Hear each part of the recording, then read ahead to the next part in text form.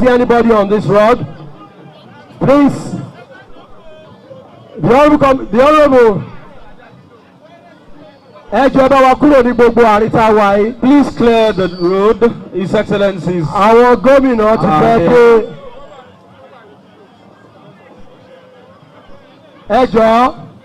Please, Your Excellencies are about entering this arena. They are here already. Please, let's all be seated and for us to move the program. Thank you.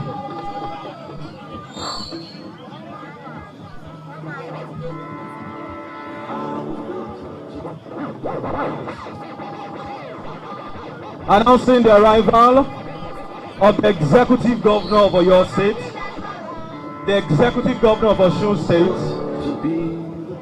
with their entourage as they make their way into this venue. Please make welcome the host governor, His Excellency Governor Adegboyega Oyetola, as he's flanked by his colleague from Oyo State. My boss, His Excellency Governor Seyi. Stand up, stand up. It's a special day. For the champions, for the champions. Stand up. For the champions, for the champions. Stand up, stand up, stand up. For the champions, for the champions. Stand up.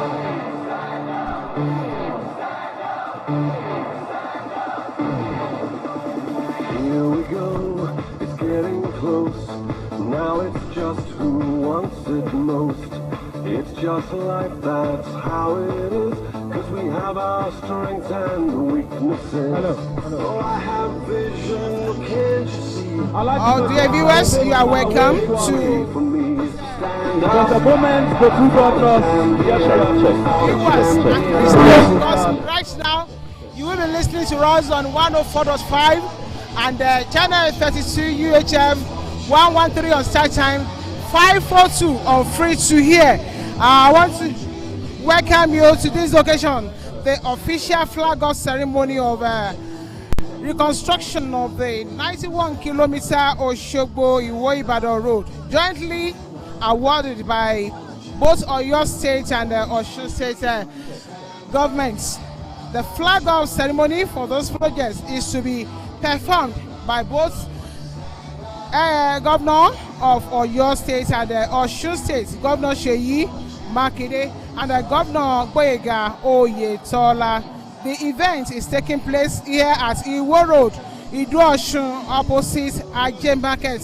Today, Thursday, 27th October, year 2022. Already seated for this occasion are the dignitaries from Oyo and Osun State. The state governor, which is executive members, are here. I mean, Dr. Adegboyega Oyetola and the governor state of Oyo State, His Excellency Engineer Seyi Makinde, which is executive also, because I can see so many people here. Likewise, the clergymen, the Babaloja and the Iyalojas. We have the people from the House of Assembly, Oyo State, and the House of Assembly, Osun State here at this occasion. Royal fathers from Oyo State and Osun State are here to grace this beautiful occasion. The Deputy Governor of the two states, the Deputy Governor of Osun State, Mr. Benedict Olugboyega Alabi, is likely to be at this occasion. So also we have the Deputy Governor of Oyo State, Chief Adebayo Lawal. So also the Right Honorable Timothy Oweye, Speaker State of Osun House of Assembly, and the Right Honorable Adebo Ogundoyin, Speaker Oyo State House of Assembly. Honorable Justice Oyebola Adegboyega is expected to grace this special location. So also Justice Mukhtar Ladi Abimbola, the Chief Judge Oyo State, is also expected at this beautiful occasion. Prince Wale Oyebamiji, the State Secretary to the Government of Osun State, is here already. So also Mrs. Olubamiwo Adeosun, Secretary to the State Government or your state. She's here already. Mr. Festus Olowogboyega, Head of Service Osun State is here, and also Mrs. Amdat Ololade Agbola, Head of Service of your state. She's also here also, and the dual of the Commissioner for Works and Transport, both Oyo and the Osun State, Engineer Oluremi Omowaye and the Professor Dahoud Shagodoyi. They are here for this beautiful occasion. On this occasion of flag off of a 91-kilometer road from Osogbo to Iwo to Ibadan road. The two governors are doing it. They are doing it together, and I want to let our people at home know that the program will be shown live on OSBC TV. So also you have the opportunity to listen to this on the radio 104.5. 104.5. So I want to enjoy our people as the governments of Osun State and Oyo State have said that when this project is going on, they are now pledging to the people of the society to please obey all the traffic rules and enforcement officers who shall direct all motorists appropriately for seamless situation. Join me after this time out.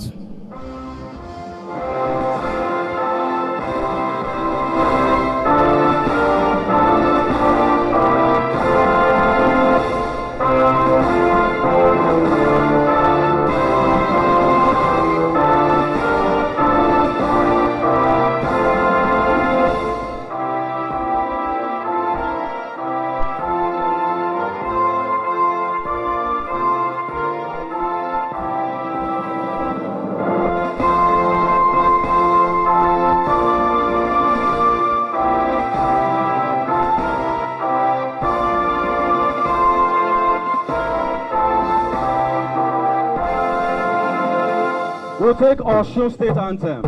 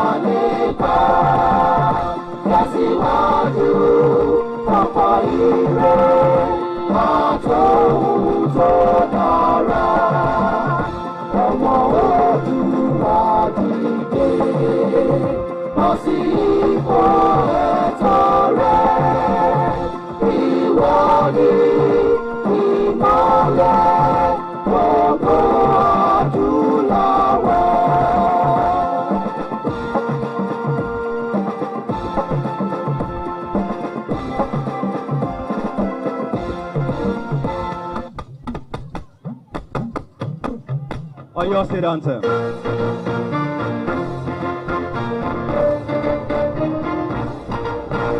Aṣíwájú ni wá, aṣíwájú ni wá, aṣíwájú ni wá, aṣíwájú ni wá.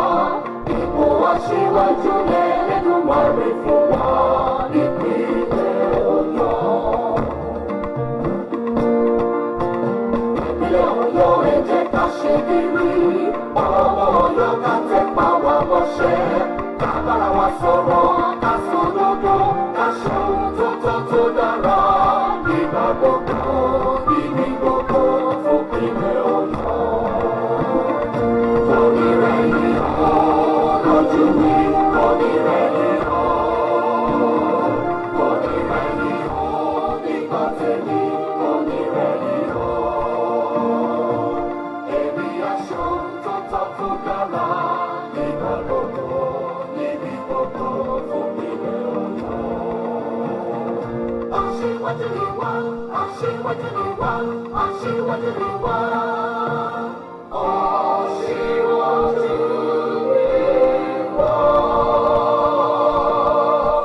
Please take your seats.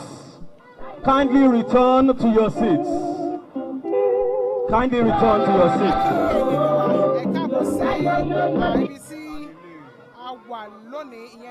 Please return to your seats. ẹ jẹ́ ká padà sí orí ìjókòó wa. Àwọn tí a mú flag lọ́wọ́ ẹ jẹ́ lọ sórí ìjókòó wa padà ẹ jọ̀ọ́. DJ, thank you. We don't need that music now. Thank you. Your Excellencies, distinguished and eminent personalities here present, on behalf of the governors of Oyo and Osun states, His Excellency Governor Oyetola of Osun State, it gives me great pleasure to welcome us all to the official flag off ceremony of the reconstruction and rehabilitation of the 91-kilometer Ibadan Osogbo Road. An epoch-making event, a road that has awaited attention for a long time. And today, we are here gathered to flag off the reconstruction of this road. Your Excellencies, to appropriately start today's event, we'll start with opening prayer.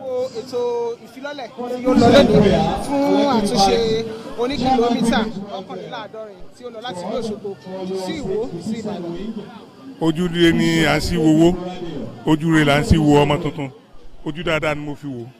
Nítorí pé ọ̀nà tí a wá fi lọ́lẹ̀ lónìí, ọ̀nà tí ó jẹ́ pé òun ló súnmọ́ ìpínlẹ̀ wa láti Ìbàdàn jù ni. Ó sì jẹ́ ọ̀nà tó jẹ́ pé inú gbogbo ọ̀nà tí ń bẹ Nàìjíríà, ọ̀nà tó jẹ́ òpópó tó tọ́ dáadáa ni tí kò sí pọ́nú pọ́họ̀ lọ́nà yẹn.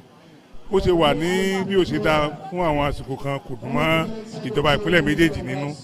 Ìjọba ìpínlẹ̀ wa pàápàá ló wá gbé ìgbésẹ̀ pé àwọn fẹ́ rí pé àwọn ṣe iṣẹ́ lórí ọ̀nà yìí. Ọ̀pọ̀lọpọ̀ ìyẹn júníà ti gbà látẹ̀yìnwá, Ọlọ́run lónìí ni kí a rí ìfilọ́lẹ̀ rẹ̀ ni. Torí náà nǹkan tí ó ṣe ìpínlẹ̀ wa lóore pàtàkì ó ní ìgbésẹ̀ tí a fẹ́ gbé lónìí kọ́ ló fún wa ṣe kálẹ̀ rẹ̀ gbé délẹ̀. Kí ni àrọ́wà yín fún àwọn ará ìlú nígbà tí iṣẹ́ ìbá ń lọ lọ́wọ́? Ẹ ṣe àrọ́wà mi fún gbogbo àwọn aráàlú wa ni pé kájọ ní àsìkò tí iṣẹ́ ìbá ń lọ ọ̀pọ̀lọpọ̀ nǹkan irinṣẹ́ ni yóò máa kọjá tí a máa fi ṣiṣẹ́ kí wọ́n jọ kí wọ́n fi pẹ̀lẹ́pẹ̀lẹ́ máa wa mọ́tò kí wọ́n máa ṣe sùúrù fún àwọn tó ń ṣiṣẹ́ kí wọ́n dẹ̀ fi ọwọ́ sowọ́pọ̀ pẹ̀lú àwọn tó ń ṣiṣẹ́ yìí kí a lè rí iṣẹ́ yìí ṣe ní ọ̀nà tí ó gbà rọrùn fún àwọn tó ń ṣiṣẹ́ àti àwọn aráàlú.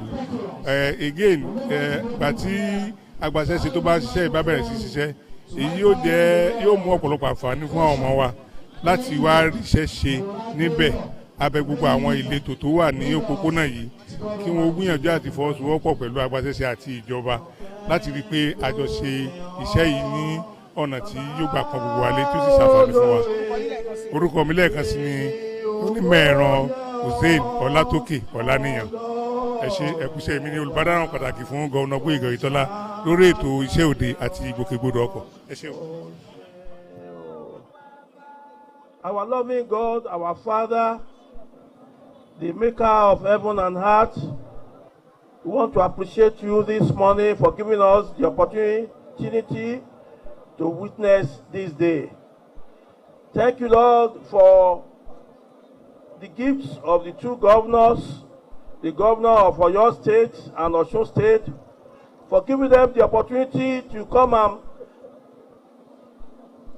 flag off this road from Oyo State through Iwo to Ede to Osogbo here. Thank you, Lord, for giving them the peace of mind. Appreciate you, Lord, for this flag off that people have been ready and have been looking for, and now that's come to the effect. We bless you, Lord, for this. Father, take your honor and glory in Jesus' name. Fún títì yìí tí àwọn gómìnà wa méjèèjì Oyetola àti Olúṣèyí Abíọ́dún Makinde tó fi sí ọkàn láti ṣe yìí fún àwọn ènìyàn gbogbo láti ìpínlẹ̀ Ọ̀yọ́ wá sí Òṣogbo, Òṣogbo lọ sí ìpínlẹ̀ Ọ̀yọ́ fún àwọn méjèèjì. Olúwa gbọpẹ́ wọn lórí wọn. Ọlọ́run mi, ohun gbogbo tó bá lè dí gbogbo tó fẹ́ ṣe ìlọ́wọ́, Olúwa mú kúrò níbẹ̀. A fẹ́ bẹ̀rẹ̀ ayẹyẹ náà fúnra rẹ̀ wá bá wa dá sí. Gbogbo ọtọ́ wà ń bí ìtọ́ débí láyọ̀, pàtó bá máa lọ sílé wọn jáde láyọ̀ pàrọ̀. Pẹ̀lú agbára ìmọ̀ rẹ̀, wá dáàbò rẹ̀ bò wá, bó aláṣẹ ọ̀run, ògo ni fún ọ bàbá, ní orúkọ Jésù náà Olúwa wa. Sọ̀rọ̀ ànábì kàrí. A dúpẹ́ lọ́dọ̀ Ọlọ́run tó fún wa ní ọjọ́ òní rí. A dúpẹ́ fún irú àṣepọ̀ tó wà ní àárín gómìnà méjèèjì láti ronú pé àwọn ó ṣe irú ọ̀nà yìí papọ̀. Àwa gbàdúrà fún lọ sí ọ̀dọ̀ Ọlọ́run pé ìgbà tí ọ̀nà yìí bá parí yóò jẹ́ ohun rere tí ó ṣe èso rere fún gbogbo ọmọ ìpínlẹ̀ Ọ̀yọ́ àti Ọ̀ṣun àti gbogbo Nàìjíríà ní àpapọ̀ àti gbogbo àwọn tó bá ń gba ibẹ̀. Bismillahirrahmanirrahim. Alhamdulillahi rabbil alamin. Arrahmanirrahim. Maliki yawmiddin. Iyyaka na'budu wa iyyaka nasta'in. Ihdina siratal mustaqim. Siratal ladzina an'amta alaihim ghairil maghdubi alaihim waladdallin. Amin. Subhana rabbika rabbil izzati amma yasifun. Wassalamu alaykum. Your Excellencies, we will now run through a list of recognitions, first from the host state, Osun State. Thank you very much. Your Excellencies, distinguished guests, ladies and gentlemen, history is made today. If I have seen any collaboration before between Oyo and Osun State, this collaboration on the reconstruction of the Ibadan Osogbo Road is phenomenal. Ladies and gentlemen, it's my pleasure to welcome my amiable, urbane, gentle, compassionate, working, very active governor of the state of Osun. Ladies and gentlemen, if you know the definition of excellence, if you know the definition of diligence, if you know the definition of vision, put your hands together for my governor, your governor, Mr. Isiaka Adegboyega Oyetola, Governor of Osun State.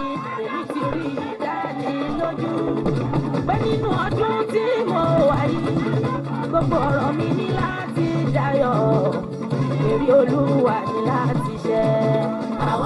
Èmi ti rí ìdánilójú pé nínú ọdún tí mo wà yìí, gbogbo ọ̀rọ̀ mi ní láti. Thank you very much. I have often felt that I have the most gentle and peaceful governor in Nigeria, in the state of Osun. But then looking at the trajectory of his brother governor from Oyo State, I realized that in Yoruba land we are blessed.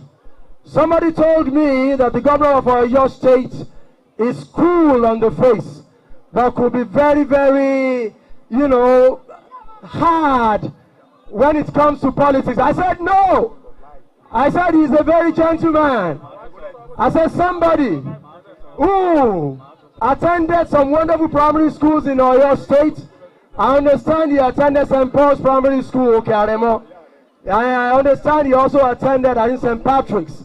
Ladies and gentlemen, there's no way you can attend all those schools without you having this element of compassion and benignity. But it is not for me to introduce the governor of Oyo State. I go on straight to our mother, the First Lady, the delectable, wonderful, beautiful, cerebral, supportive, imaginative, creative wife of my governor, Mrs. Kafaya Olaitan Oyetola. Put your hands together for my.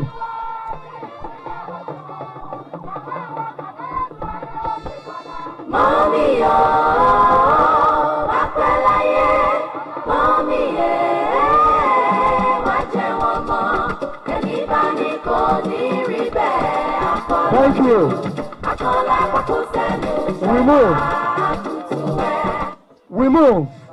Ladies and gentlemen, please join me to also welcome here today the Speaker of Osun State House of Assembly. The speaking speaker is here and is represented, and ably so, by the Deputy Speaker. Ladies and gentlemen, your applause is going to be thunderous. It has to be double or triple, because you are putting your hands together for two major personalities in one.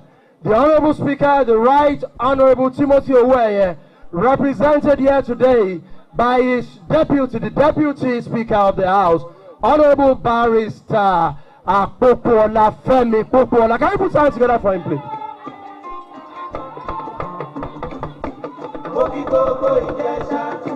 Thank you. Let's be cutting it sharp, sharp, sharp. Let's be cutting it sharp, sharp, sharp, please. Ladies and gentlemen, we move on to the State Cabinet. It's my pleasure to welcome here today the Secretary to the Government of Osun State, Prince Wale Oyebamiji. Can we put hands together for him? And also, I move on, please. Excuse me. I move on to the next personality as I introduce the Chief of Staff to the Governor. Ladies and gentlemen, the Harvard-trained academic, Dr. Charles D.J. Akiola. Can you put hands together for him, please? Ladies and gentlemen, thank you very much. It's also my pleasure to welcome here today the Chairman of the All Progressives Congress in Osun State, Prince Boyega Famodu. If you are APC, put your hands together. Thank you. I move on to also introduce, ladies and gentlemen, some members of the House of Assembly who are here. Please permit me to welcome Engineer Taufik Badmos. He's here. House of Assembly. Can we put our hands together for him? Ladies and gentlemen, also here today, let me quickly welcome His Honor. We call him the Head of Services here. His counterpart in other states of the Federation, they refer to them Head of Service. But in Osun, we have Head of Services. Ladies and gentlemen, if you want to know the reason, you may contact him later. Head of Services, Dr. Double Doctor Festus Oyebade Olowogboyega. Put your hands together for him. And also, thank you. And also, I can see from where I'm standing, a former member of the House of Representatives, Alaja Ayo Omidiran, the chairman of Swagger in Osun here. And before I let go of the microphone to my colleagues from Oyo State, let me welcome one of those who have represented Mr. Governor very well in and out of the Cabinet Office. Ladies and gentlemen, the Honorable Commissioner for Finance in Osun State, Mr. Bola Oyebamiji. And we have some other members of the Cabinet with his name. I greet everybody. Honorable Taiwo Akeju, with the name of the Honorable Commissioner for Works and Transport, Honorable Oluremi Mobaye. We greet everybody. Let me go to Oyo State. Thank you. Thank you so much for that introduction. On behalf of His Excellency, the Governor of Oyo State, His Excellency, Governor Seyi Makinde FNSC, I'd like to specially welcome us one more time to this official flag off of the 91-kilometer Ibadan Osogbo Road. And with that, I would like to specially recognize my governor, pride of the Southwest, the one and only GSM. Please appreciate His Excellency, Governor Seyi Makinde FNSC. A round of applause for him, please.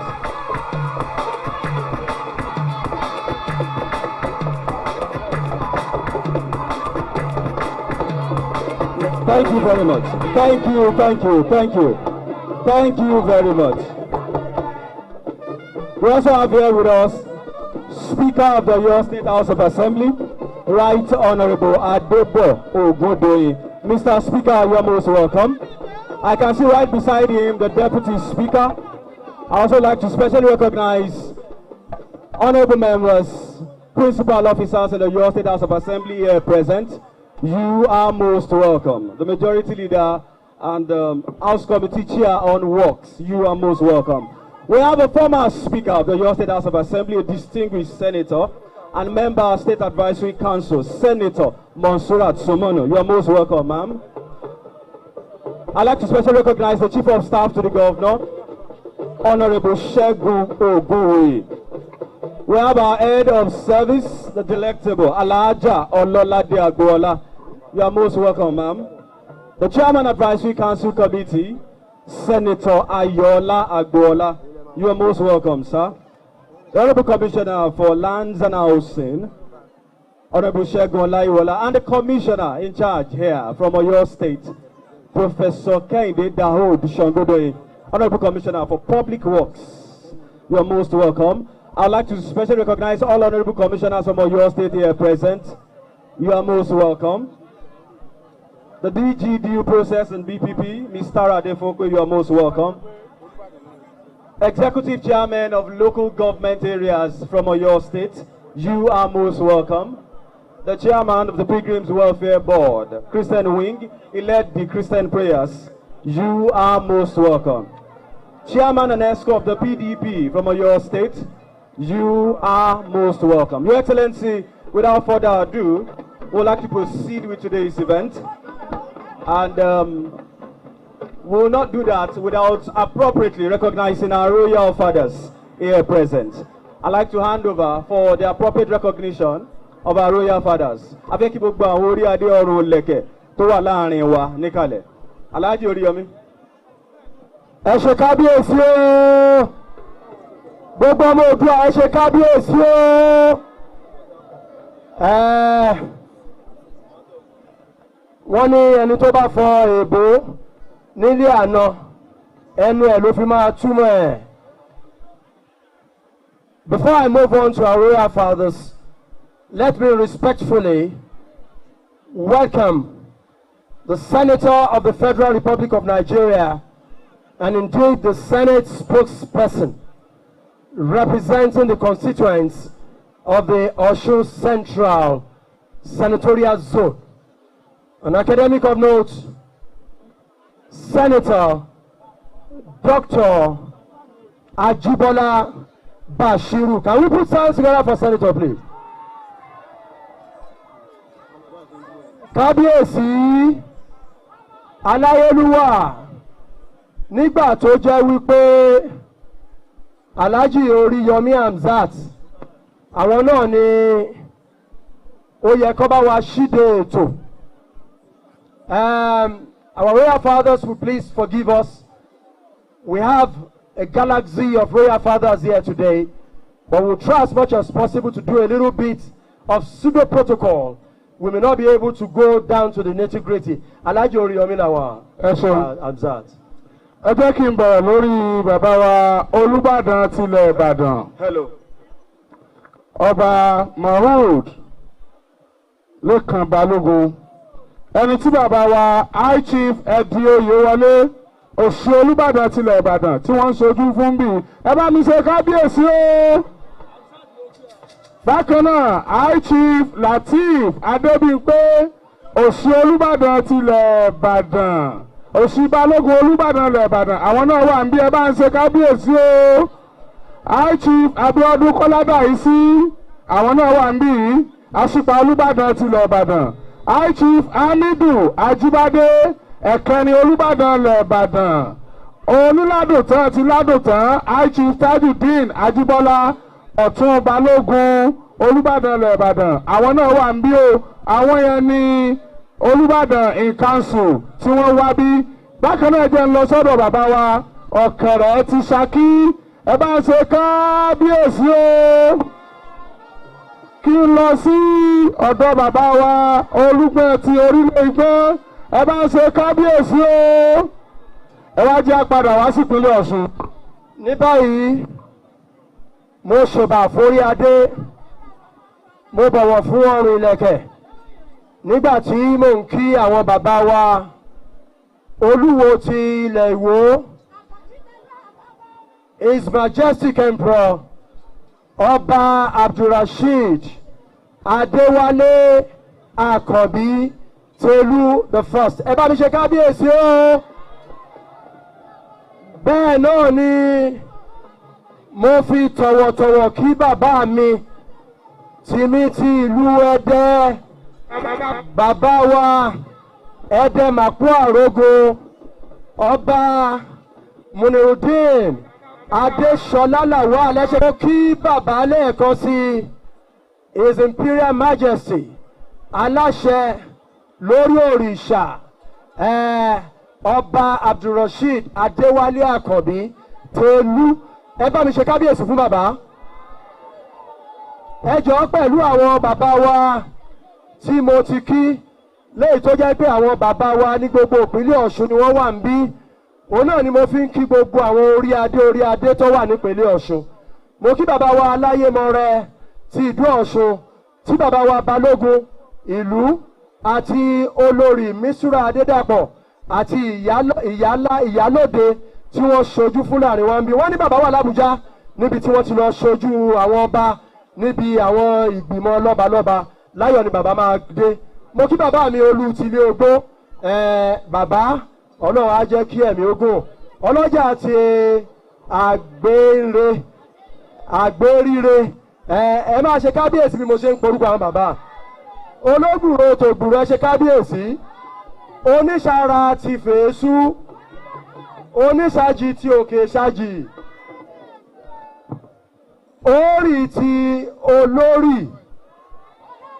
Bàbá wa Aláwó wọ́n wà wájú, bàbá wa Kìrètìkìrè ilé wọ́n wà wájú, bàbá wa Olú Ọlọ́ta ti Ìlọ́ta, bàbá wa Agbódowú ti Forítajé, bàbá wa Olú ti Akínlẹ́yẹ, bàbá wa Olówu Tẹlẹmù, bàbá wa Olówu Ilẹ̀mọ̀wú, bàbá wa Àdátọ̀ ti ìlú Aṣá, Olú ti ilé Ọ̀gọ̀, Olókè ti Ọba Mòro, Aṣérò ti Ìṣèrò, bàbá wa Olúkìtì bíi ti Kìbí, bàbá wa Olókè Ìbùkún Aláyémọrẹ.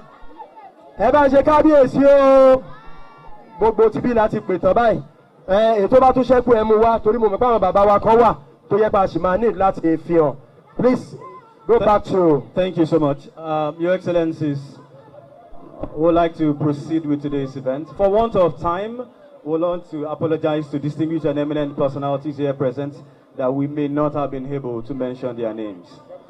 Please accept our sincere apologies. I'd like to specially recognize the Deputy Governor of your state, His Excellency Barrister Abdulrahim Adegboyega Lawal. You're most welcome, Your Excellency.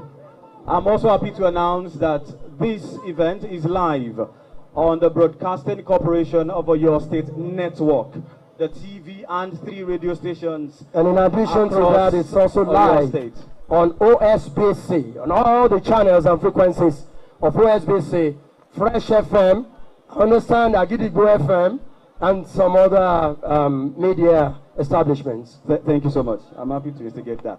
All right, so we'll proceed with today's event, Your Excellency, and you can see the 3 of us who would do justice to today's event. I am Oladayo Ogunbowale, Special Assistant to the Governor on Communications. And I think it's important for us to also introduce ourselves. Please go ahead. Because my name is Oyeshiku Wadelu. I'm a civil servant and a media consultant. I thank you. Oriyomi Amzat. Please do justice to. Orúkọ tèmi náà ni Oriyomi Amzat. Èmi náà kí n káàbọ̀ síbi ayẹyẹ irú eléyìí tá ń bẹ lọ́hùn kó máa wáyé ní gbogbo ìgbà. Tọ́lọ́run ní káwọn gómìnà méjèèjì ó fi lélẹ̀ lénìí. Ẹ káàbọ̀. Distinguished guests, ladies and gentlemen. Your Excellency, will proceed with today's event. And I will start by welcoming to the podium the Osun State Honorable Commissioner, Public Works and Transport, Engineer Oluremi Omowaye. A round of applause as he comes forward to welcome us to Osun State. ti mọ kí ló ń hábùn. àpapọ̀ mọ̀ pọ̀pẹ́ onímọ̀jì ìgbà tí gbangba tó wá dẹ́kun kedere tọmọdé tàgbà wà ń jẹ dodo ni wa. ẹ ṣeun ẹ ṣeun.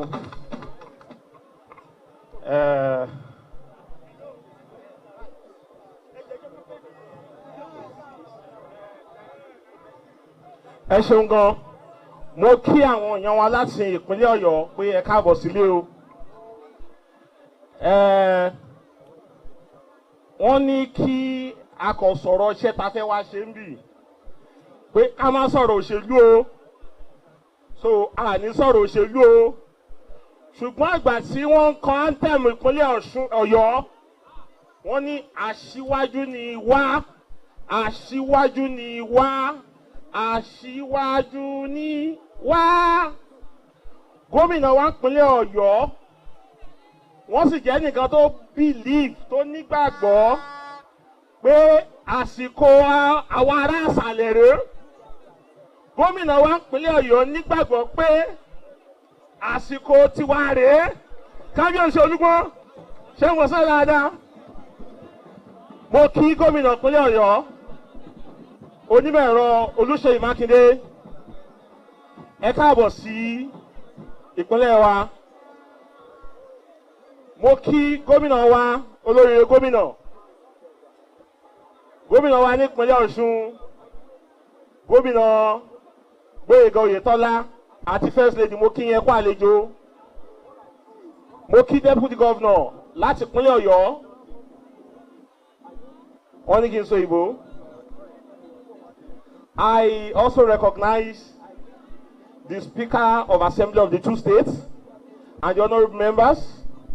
I recognize the Speaker of Senate, Senator Adegboyega and Barika.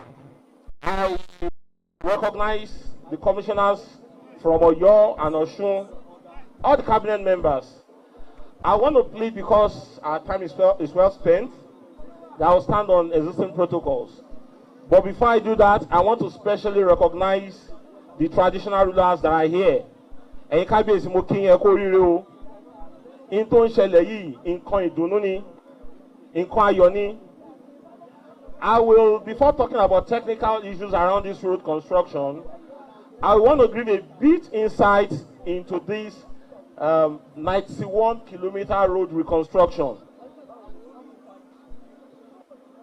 And I would want to also say this, that what we are doing today is something we need to celebrate, and it is something that personally I would always live to appreciate. This is not the first time the two states will be collaborating for the development of the two states.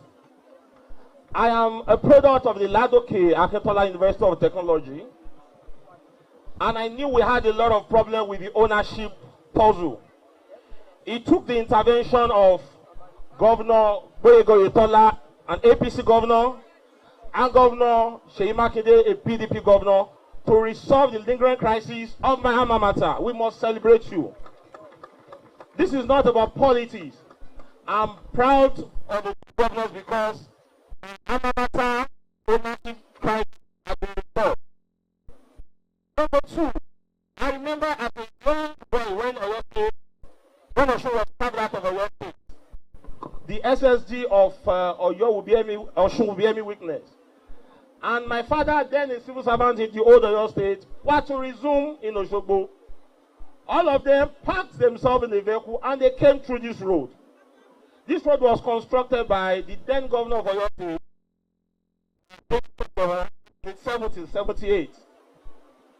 And in the last 15 years, there have been a lot of issues with this road. This road has the best alignment in Southwest. This is the shortest route to Ibadan. We have been on this terrible state of this road for close to 15 years. And sometimes last year, we felt we needed to reconstruct from Osogbo to Iwo. But the governor of Osun, in his wisdom, said, what is the essence of doing it to Iwo and it's not getting to Ibadan?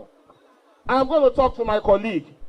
In the area of, when we needed to resolve latter crisis, we both resolved it. My colleague, we can also resolve it. And the two governors met and they agreed that they are going to reconstruct this road. And I'm glad to tell you that in spite of the political differences, the two governors met, agreed, and today we are flagging off the reconstruction of the 91 kilometers Ibadan, Osogbo road. This is unprecedented in the history of the country. There is no place, there's been collaboration between states, but governors of different parties. And I must specially thank my colleague in Oyo State. The governors of Oyo and Osun permit me to bestow on my colleague from Oyo State the regional integration ambassador.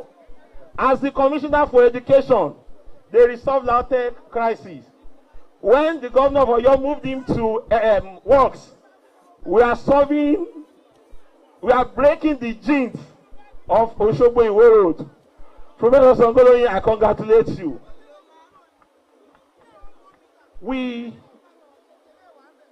This road, when completed, will short the distance from Osogbo to Ibadan by nothing less than 40 minutes. If you are going to Ibadan now, you go through Gbọ̀ngán, and it will take you about 1 hour, 20 minutes. Once this road is completed, it will take you 50 minutes to get to Iwo Road under the bridge. And part of what we also looked, apart from the fact that this would improve the commercial activity between the two states, on that corridor we have close to 15 local governments, and they are basically agrarian local governments. Apart from the fact that this would improve the economy of those in that corridor, we also discovered that the Federal Ministry of Works, they are completing Ibadan, Lagos-Ibadan road. When that is complete, it's almost 90-something%. Once that is completed, running from Ibadan to Iwo Road will be around 1 hour. Once this is completed from Iwo Road to Adegboyega, what that means is if you are a market woman and you want to go and buy goods in Adegboyega, you can leave Osogbo 6 a.m. By 8:30, you are in Ibadan and Lagos. And by 4 o'clock, you can start to leave Lagos and get back to Osogbo. We are glad whether you're a PDP member, whether you are a APC member, whether you are a Labour Party member. Once this road is completed, taxi of Governor Makinde, taxi of Governor Oyetola, you are going to take it. I want to quickly round up what I want to say. We have a small thing we are also looking at. We discovered that this road can also link to the road that will take you to Abuja.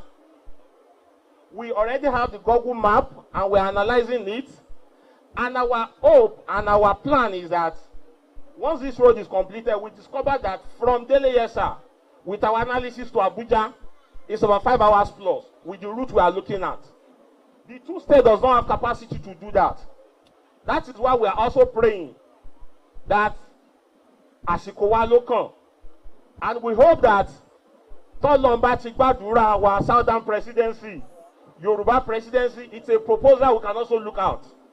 That from under the bridge in Iwo Road to Abuja, 6 hours through this road. We are already working on it. We have spoken with the contractor. We want to see how possible it will be.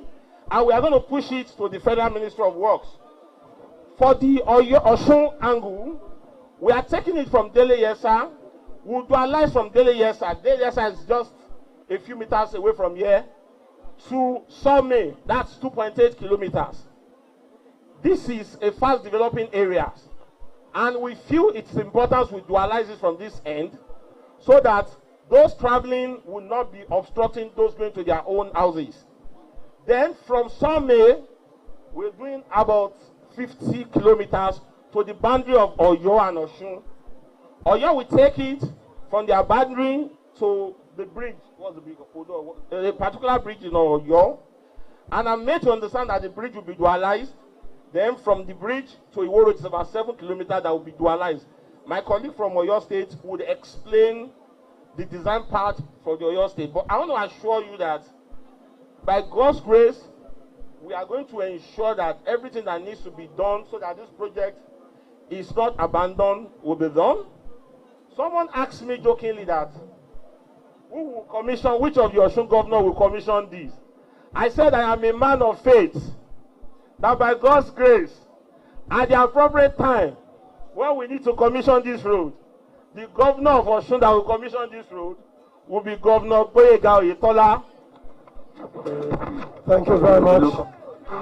Thank you so much, Honorable Commissioner.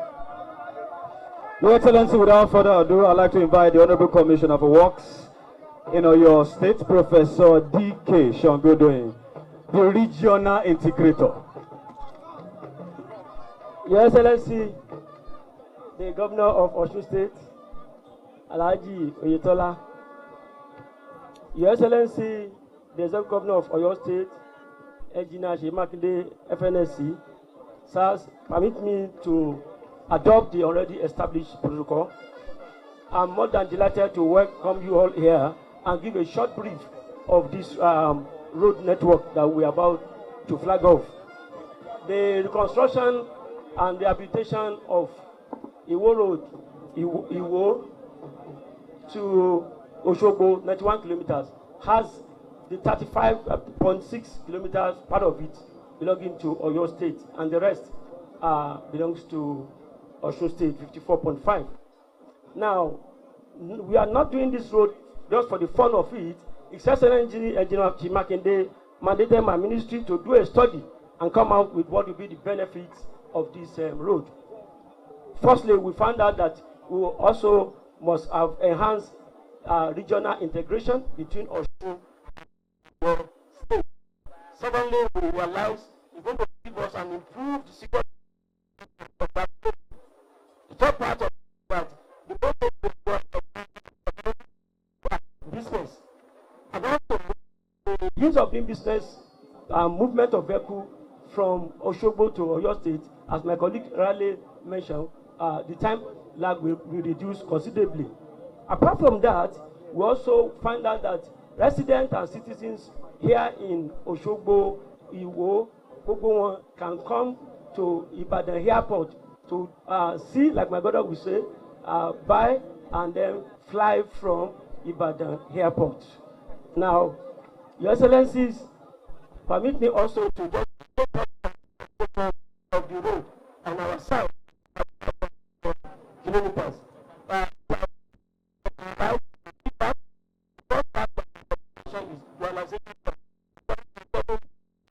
From Iwo Road bus terminal to the bridge, which we call Olodo Bridge. We are going to do an expansion of that bridge also, about 12 meters a week. Also, we have realized that there is a congestion at the end of the bridge to Ogumarago, so we are going to from that bridge to Ogumarago. That way, with this clarification, we are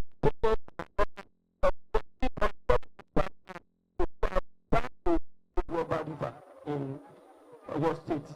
At this junction, I wish to express my sincere appreciation to His Excellency, the Executive Governor of Osun State, Baba Adegboyega Oyetola, as well as His Excellency Engineer Seyi Makinde, FNSC, for their vision, collaboration, and unflinching support in the award of this iconic and economic boosting road project. Your Excellency, sir, distinguished ladies and gentlemen, I have the greatest honor and privilege of welcoming you to the official flag of the joint rehabilitation, reconstruction, and selective expansion of Ibadan, Iwo Osogbo Road. God bless you all. Thank you, sir. Thank you very much. Can you put hands together for prayer, please?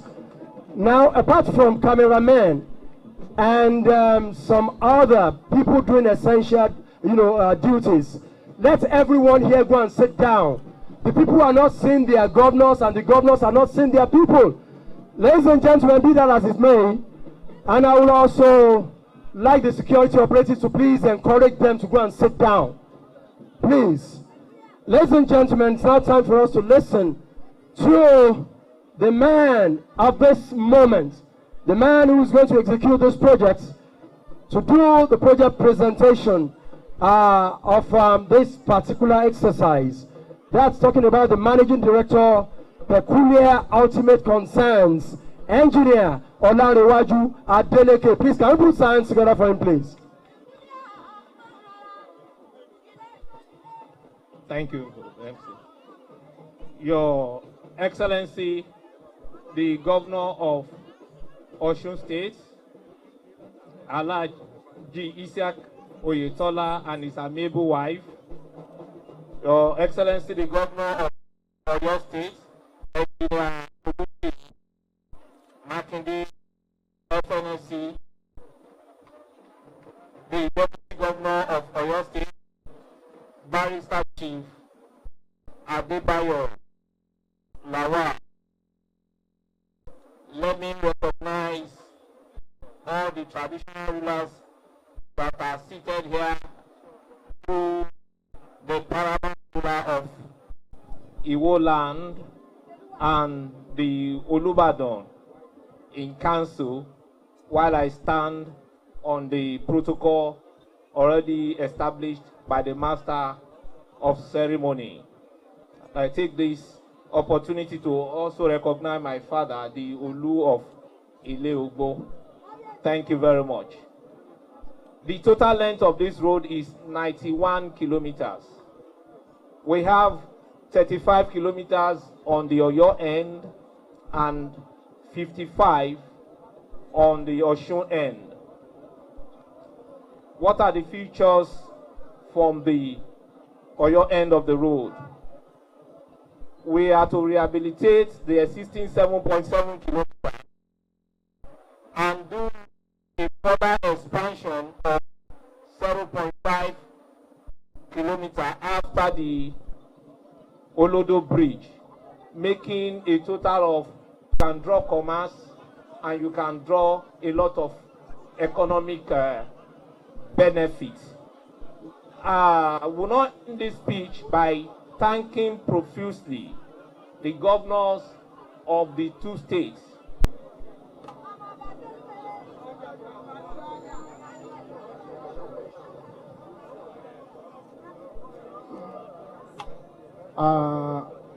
Lákọ̀ọ́kọ́ a dúpẹ́ lọ́wọ́ Ọlọ́run ọba fún ọjọ́ ìní. A kọ́kọ́ rin kan pé ó yẹ ká dúpẹ́, ó yẹ ká dúpẹ́, àrá sán, atẹ́gùn fẹ́, ìjì jà kò gbé wa lọ. Ó yẹ dúpẹ́ nítorí pé ìjì jà kò gbé wa lọ. Ọpẹ́ ni ọ̀nà yìí a tún ní bá bí èsì ó bá bí èsì ó ọba mímọ́ ó máa ṣe ó. Nítorí wa kí ọba kan ṣoṣo ní jẹ́ kábíyèsí. Ọba tí ń ṣọlá tẹ́nìkan ò gbọ́dọ̀ bí léèrè. A dúpẹ́ pé ó ń ṣọlá lénìí. Ayé kan ò sì bí á léèrè. A dúpẹ́. Lẹ́yìn náà máa kí àwọn gómìnà olóríire. Gómìnà tó mi gbà pé àwọn ní ọgbà kù ní Nàìjíríà lọ́wọ́lọ́wọ́.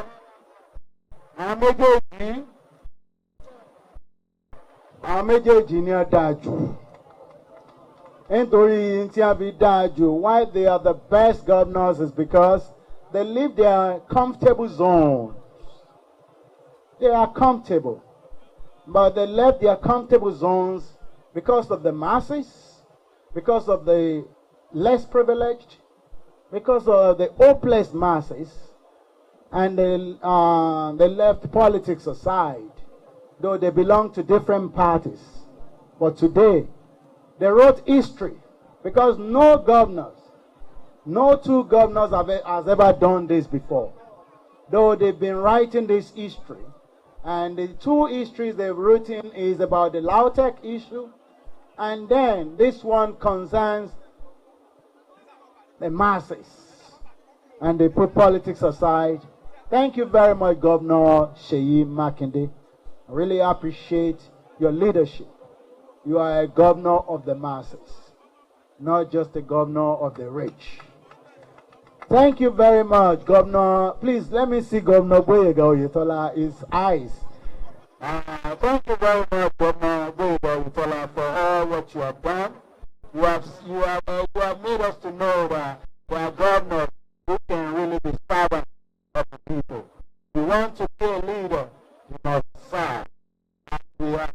that is of humanity in you. I thank you. But the protocol is not. I must break it down. Àwọn àròjù olódùmarè wọ́n jẹ́ ń ṣojú ọlọ́run ọba lórí ilẹ̀. Tóbi máa ń pe àwọn ọba àròlé olódùmarè. And my son, also the Speaker of Oyo State House of Assembly, Right Honourable Debo Ogundoyin. Aṣọ marriage rẹ̀ ni mo wọ̀ yìí. Aṣọ tí í ṣe ìgbéyàwó mọ̀mọ́ wọlé mi ni. A sì dúpẹ́ fọ́lọ́run. This road, I stand on existing protocols.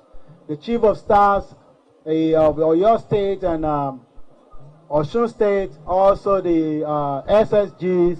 Mo kí yín ẹ̀wọ́ má bínú. Nílé kí gbogbo wọn ọ̀rọ̀ àwọn tó ń bá gbogbo gbọ́dọ̀ iṣẹ́ wọn máa bá ìgbòho mo kí gbogbo yín. This road has a long history and a great history. Though, when I got on the throne, what these governors are doing today, I did it too. When I got on the throne, just a month after I got on the throne, I was resuming work on this road for 3 months. I will resume 8 o'clock in the morning and leave 5 o'clock in the evening by patching the road with cement. And that's what I did on this road. I was actually resuming work. I left the palace and I resumed work on the road for 3 good months, going every day. I bought cement and I was fixing it all the way to even to Ibadan, to Olodo. I was doing it, not only just, yes. Soribo, Ibadan ní Soribo, yóò dá fún alápapọ̀, á soríire. N gbọ́dọ̀ mọ̀ nítorí iṣẹ́ mi ń bá délé nísìnyí ṣe wọ́n kò bò mí bí n bá sọ eléyìí òbúrò ó sì bí mí léèrè nítorí pápá gan ṣáájú òbúrò mo tó ọba ẹnìkan tí ọ̀rọ̀ bá jẹ lóbúrò òun ló ń dá wàhálà lẹ̀ ní ó fẹ́ sọ pé ó fẹ́ kọ́ ló ń ṣàánú fún wa ọlọ́run ó sì á tó gbogbo bẹ̀. Nítorí pápá tún kọjá ògùrò tún kọjá pápá bí kéèyàn ní èèyàn kọ́ lóun ní èmi kọ́ mo ní délé yẹsà ṣùgbọ́n mi mo ní làmẹ́kò. Mo kí yín púpọ̀ púpọ̀ Engineer Abel Lanre Adeleke. Thank you very much for the contractor. Governors, mi ń gbàdúrà mi fún yín mi ń gbàdúrà mi fẹ́yìn méjèèjì ju kí Ọlọ́run kó ṣàánú fún yín kó dẹ̀ jẹ́ kí ẹ máa tẹ̀síwájú nínú iṣẹ́ yín Ọlọ́run ó ṣàánú fún yín o pẹ̀lú àṣẹ ọba kan ṣoṣo tí ń jẹ́ kábíyèsí ọba tí ń ṣọlá tẹ́nìkan ò gbọ́dọ̀ bi léèrè kábíyèsí Olódùmarè. Mo kí gbogbo ẹ̀yin Ọ̀ṣun àti Ìbàdàn yóò dáa fún yín o. Ẹ ṣeun. Ẹ dákẹ́ bá ṣe kábíyèsí o. Thank you so much, sir.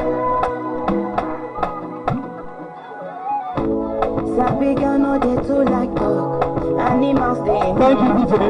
Thank you. Your Excellency will proceed with today's event. DJ, thank you very much. If them they run, them no fit catch up. I know they switch off the song. Thank you. DJ, thank you very much. DJ, bring it down. Your Excellency, for want of time, we would like to proceed with today's event. And I would like to invite, for a goodwill message, the Olubadan of Ibadan land, Oba Senator Mahood Olalekan Ishola Ali Okumade II, ably represented by the OC Olubadan, High Chief Eddie Oyewole. Ẹ dákun ẹ bá ń ṣe kábíyèsí o.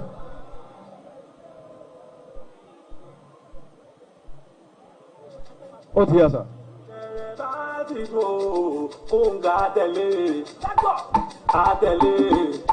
Ìjọ máa tẹ̀lé, àtàtàkùn kóògì lérò fún mi jàre. Adegboyega Salẹ́ńdì, Àtàgùrù Màràdì, àwọlé pẹ̀lú Bugatti, Àǹkárá lórí Fàṣásì. Ìdí ń bẹ ní Ìbàdàn o, mẹ́ni Ìbàdàn o ìdí àrẹ̀rẹ̀ ìdí ayé rẹ̀ òkè Zango òkè mọ̀ọ́kó ẹ má jẹ́ kó di ìjà olóṣò.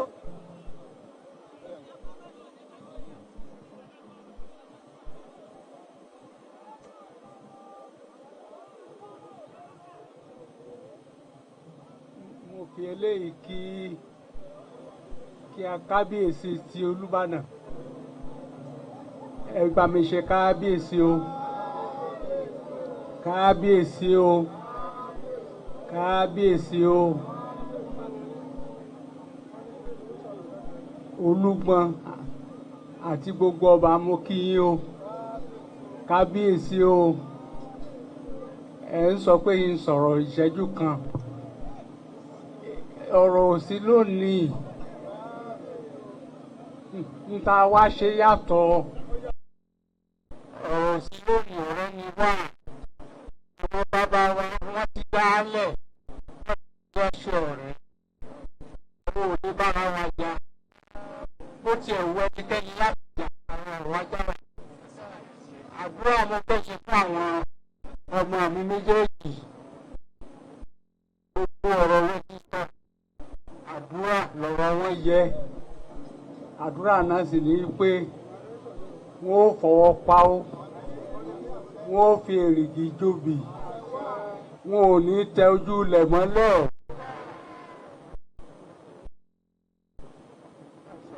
gbogbo tó ní kí n sọ pátá ni wọ́n ti sọ àbá nǹkan bá lónìí wípé látàdúrà fún àwọn ọmọ wa méjèèjì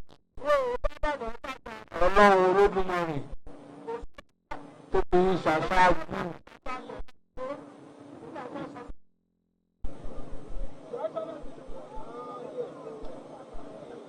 Ẹ kúkú mọ ọmọ tẹ́ ẹ bí ẹ̀yin ọba wọn ẹ̀yin gómìnà wa méjèèjì mo fi yìí tún kí lẹ́ẹ̀kan sí irú eléyìí tí mo rí lónìí mo dúpẹ́ lọ́wọ́ Ọlọ́run pé mo ń bẹ láyé láti rí irú ẹ̀ ò wáyé rí kẹ́nikẹ́ni ó má dàrú irú ẹ̀ ò wáyé rí kò ṣẹlẹ̀ rí ní ó yẹ kán máa pa àwọn gómìnà méjèèjì àwọn náà ń jẹ́ kó ṣẹlẹ̀ rí pé wọ́n á fúnra Ọ̀yọ́ ó fẹ́ ṣe títì nínú Ọ̀ṣun fẹ́ ṣe títì nínú Ọ̀yọ́ kò ṣẹlẹ̀ rí o Ọlọ́run ò kẹ́yìn o ẹ ṣé kò dúpẹ́ o. ẹ bá fẹ́ bá ń ṣe kábíyèsí o rárá ó lé o. High Chief Ẹ̀dí Oyewole Olúbàdàn able representing the Olúbàdàn of Ibadan Senator Dr. Oba Mahmood. Thank you very much, DJ. Bring it down. DJ, bring it down, please. Thank you, ladies and gentlemen.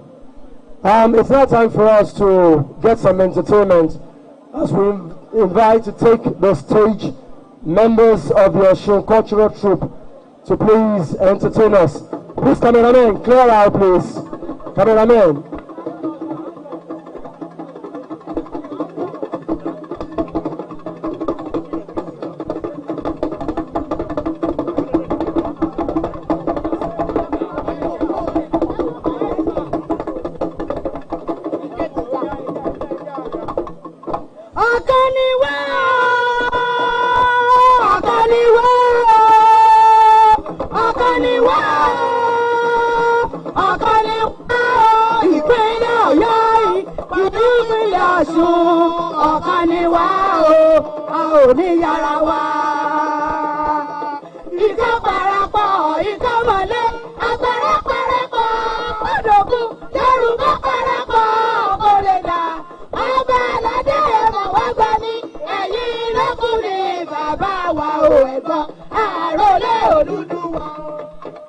Méjèèjì kọ́ ọmọ parun méjèèjì kọ́ ọmọ parun ìpínlẹ̀ Ọ̀ṣun ìpínlẹ̀ Ọ̀yọ́ méjèèjì kọ́ ìpínlẹ̀ Ọ̀ṣun ìpínlẹ̀ Ọ̀yọ́ ẹ̀kí orí mọ́nàmọ́ná òun ló ṣe hàn lágé o eré òjò láwọn ló ṣe hàn lápá bàbá mi Oyetola ìyàndá gómìnà ti ìpínlẹ̀ Ọ̀ṣun pẹ̀lú Olúṣèyí Abíọ́dún Makinde gómìnà ti ìpínlẹ̀ Ọ̀yọ́ orí ẹ̀yìn sùnwọ̀n ọba àwùjọ wa mú ní Makinde bá wọn mú ní ìpínlẹ̀ Ọ̀yọ́ Oyetola bá wa mú ní ìpínlẹ̀ Ọ̀ṣun iṣẹ́ ribiribi ní ṣe é fún wa ẹ wá rí ọ̀nà àjùmọ̀ṣe èyí bẹ́ẹ̀ ń ṣe ìfilọ́lẹ̀ rẹ̀ ní òní ọ̀nà yìí ò ní parun láíláí àwọn kan ti tọ́jú ọ̀nà yìí wọ́n ti lé lé wọ́n sì ti papòdà wọ́n sì ti lọ síbẹ̀síbẹ̀ ọ̀nà yìí ó sì tún wà ẹ wá lọ́nà bẹ́ẹ̀ ń fi lọ́lẹ̀ lónìí báwa náà bá papòdà bá àbá sí mọ́ orúkọ yìí ò lè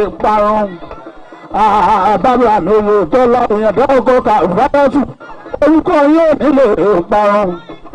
Seyi Makinde àjọṣepọ̀ bí ìlú ẹjọ́ wáyé rí àfi láàrin Seyi Makinde àti bàbá wa Oyetola àti ìpínlẹ̀ Ọ̀ṣun ọlọ́run bá òní jẹ́ bàjẹ́ iwájú lẹ́ẹ̀mọ̀ wà ní ọjọ́kọjọ́ pẹ̀lẹ́pẹ̀lẹ́ ń lò ọdẹ mi.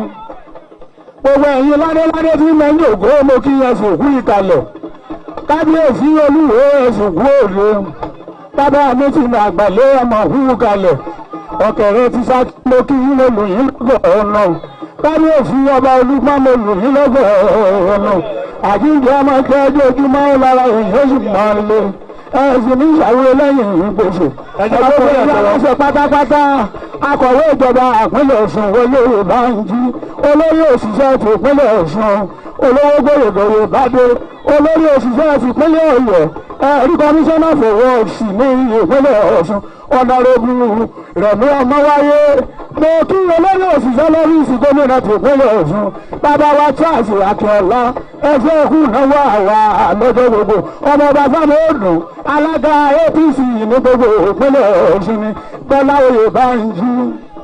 Oyèbánjí Ìkirè ní ìṣẹ̀lẹ̀ bàbá rẹ̀ Oyèbánjí àfún ọjọ́ méjì ìjọ mẹ́ta àfún ọjọ́ gbọ́dọ̀ bí ọwọ́ aṣọ òótọ́ mẹ́nà mi gbogbo yín pátápátá mo kì í lólódì kankan ẹ wálé pátápátá ìlú ọdẹ mi lórúkọ Oyetola mo ní ẹ wálé lórúkọ Seyi Makinde mo ní ẹ wálé Ìbàdàn ń bẹ ń jòkó ẹ wálé pátápátá ìlú ọdẹ mi Ìbàdàn ń bẹ ń jòkó Ìrágbìjí ń bẹ ń jòkó ṣùgbọ́n ẹ bá ń sọ fún gbogbo ilẹ̀ Ìbàdàn kí wọ́n máa dúpẹ́ lọ́wọ́ Ìrágbìjí torí Ìrágbìjí ni òjò kókó kó Ìbàdàn ń gbà gangan gbogbo ẹni ọba fẹ́ jagun pátá ó di dandan kó lùwàrí ò níbọn èèyàn tí ọba jagun ó di dandan kó lùwàrí ò lọ́fà ẹni tó bá fẹ́ rojú ogun ó di dandan kó lùwàrí ò gbọ́dọ̀ ju ọta wẹ́rẹ́wẹ́rẹ́ tí wọ́n fi ṣẹ́gun lójú ogun ṣùgbọ́n bẹ́ẹ̀ bá wá wá bàn tẹ́ ẹ bá fẹ́ rọ ta tẹ́ ẹ sì fẹ́ rà bàn ìyẹn láyé ìgbà òun náà ni ẹ wá lọ sí ilé Ìrèmọ̀gún ọmọ àwùṣẹ èyí ò tọ́jọ́ lé Adegboyega Oyetola Ìrèmọ̀gún ọmọ àwùṣẹ ọmọ àwùgbọ́gbìnrin bí ẹni pọ̀kọ́ ọdún ọmọ àgùnfẹ́ kìnnìbò tó ti kù nírè bá ń kí wọn nírè wọ̀nyí jẹ́ ọ̀bọ̀n ni wọ́n fi jẹ́ wọn àgbẹ̀dẹ jù lọ́jà àtòmù àgbẹ̀dẹ lọ́rọ̀kọ́ ńlọ́rọ̀dà lóṣù lọ́dẹ Oyetola ibi ọ̀sẹ̀ onírè àrùkọ òṣè onírè àyẹ̀nà ní òṣè onírè àdìgbòdògbò ẹ̀rú ṣáájú Ìrèmọ̀gún ọkọ̀ kà àfáyàtù ọmọ fínà wọ́n lè pọ̀ lágbẹ̀dẹ ejiri ń gbé ọmọ nínú ẹ̀sán àfàkà ìlòyè ẹ̀wìrì ọmọ alágbẹ̀dẹ àtètè kan tí máa jẹ́ ògbólẹ̀ lẹ́kú síwájú lẹ́yìn ìníjẹ́ olùsílọ ọlọ́run ní sílọ lé àwọn bàbá bàbá mi ọ̀nàrẹ́bù Fẹ́mi Kókóọlá deputy speaker ní gbogbo ìpínlẹ̀ Ọ̀ṣun ọ̀tá ayé gbajú nílé àwọn bàbá ẹ̀yìn ẹkú náwó àná ẹ̀ níṣòdè lọ òótọ́ ni bẹ́ẹ̀ náà ni ìmọ̀ ìbúrò ẹ̀tọ́ wálé náà ń lò ó dẹ èmi ò ní fárí apá kan kí n dápá kan sí o ẹyẹ òsì ní fapá kan fò ń tó gbèsè ẹ fún ọ ní àtẹwọ Seyi Makinde bí ìbàrẹ láàbà mímọ ìbàrẹ lóṣè yìí mọ màlúùnà bẹ́ẹ̀ ilé kòkú òjò máa rọtí ẹbí òjò ara àgbọn àbàṣọ pé ilé ẹ̀là ni mo kọ̀ wọn jẹ yẹnga àbá àdásọ lógúnlógún Makinde aṣọkú ẹ̀yìn òsì ń bẹ àbá àdásọ lọ́gbọ̀nlọ́gbọ̀n nínú ilé àwọn bàbá ẹ̀yìn aṣọkú ẹ̀yìn òsì ń bẹ àtàwọn ajá àtìlẹ́pà dòdòdò ilà àrópè kó aṣọ ilé bàbá tóbi ìlọ́mọ Seyi Makinde nínú ilé àwọn bàbá rẹ níjọ́ tí Fúlàní tí ń kógun wá ìjàdó jẹ́ńjọ́ sí ẹ̀bì nípa yẹ kí bá yín lójú bàbá yín lójú oorun ẹ̀ǹgà yín lójú bàbá yín lójú oorun òòrùn òfin gbọdọ̀ jẹ̀ǹgà wọn ní ẹ bá múlò rẹ́bọ̀ oko ọmọ àpàjá fún fún wọn láwọ̀ jẹ Ṣèyí Mákindé gómìnà Ọ̀yọ́ bí ọkọ bá kú ẹ mọ́jọ kọ́ dùn mí o ẹ bá mi wọnú rẹ̀ gbóngbó tí fi gbó mi àti irú rẹ̀ gbọ̀rọ̀rọ̀ tí fi yọ̀yàn olóòjẹ́ òdò lóhùn kòtù ògòrò gbọ́dọ̀gbọ̀ lóòdò kí ló dé gbọ́dọ̀gbọ̀ lóòdò Ṣèyí Mákindé ògòrò gbọ́dọ̀gbọ̀ lóòdò ọjọ́ tí olóòjẹ́ bá gbọ́rọ̀ yóò wá sí pàjáwìrì Thank you so much. Àbẹ̀bẹ̀ tó ń bá gbèrè abẹ́ ìgbèrè tó máa ń lọ. Àbẹ̀bẹ̀ tó ń bá gbèrè abẹ́ ìgbèrè. Oyetola ẹ̀sọ̀ pé fún rẹ̀ lọ́hùn ní ọ̀fẹ̀sí ẹ̀yọ. Ṣèyí Mákindé ẹ̀sọ̀ pé fún rẹ̀ lọ́hùn ní ọ̀fẹ̀sí ẹ̀yọ. Bẹ́ẹ̀ yóò bá lóhùn ọ̀wẹ̀sí ẹ̀yìn fún rẹ̀ lọ́hùn ní ọ̀lọ́. Bẹ́ẹ̀ ni ẹ ṣe lọ lóhùn ọ̀wẹ̀sí bẹ́ẹ̀ ṣe ń jó bàbá yẹn. Thank you so much. Thank you so much. Ọ̀yọ́ State Cultural Troupe. Thank you. Thank you. Òṣèré àṣà ti ìpínlẹ̀ Ọ̀yọ́ ló kọ́ báyìí. Thank you so much. Thank you. Ìpínlẹ̀ Ọ̀ṣun ó wà nílẹ̀ ni. Ó wà nílẹ̀ gidi ni. A ti mọ̀. Ẹ ṣé. Ẹ ṣé ẹ ṣé ẹ ṣé. Ẹ ṣé o. Ẹ ṣé. Ẹgbẹ́ òṣèré àṣà ti ìpínlẹ̀ Ọ̀yọ́. They are set. Àwọn ló kọ́ báyìí. Bẹ́ẹ̀ ni. Yes, okay. Thank you.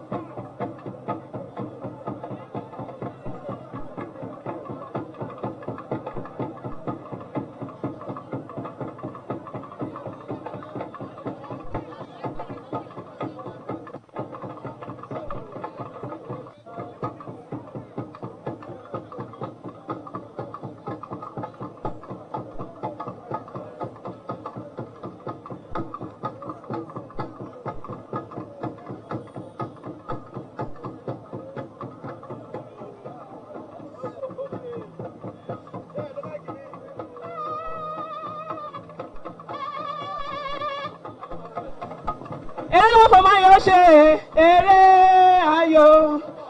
Eré fún máa yóò ṣe eré. Eré fún máa yóò ṣe eré ayọ̀. Ẹ bá gbọ́ mọ̀kè, ẹ bá gbọ́ mọ̀kè, ẹ bá gbọ́ mọ̀kè, ẹ bá gbọ́ mọ̀kè, ẹ bá gbọ́ mọ̀kè, ẹ bá gbọ́ mọ̀kè, ẹ bá gbọ́ mọ̀kè, ẹ bá gbọ́ mọ̀kè. Eré ayọ̀. Eré fún máa yóò ṣe. Eré fún máa yóò ṣe. Eré yóò ṣe.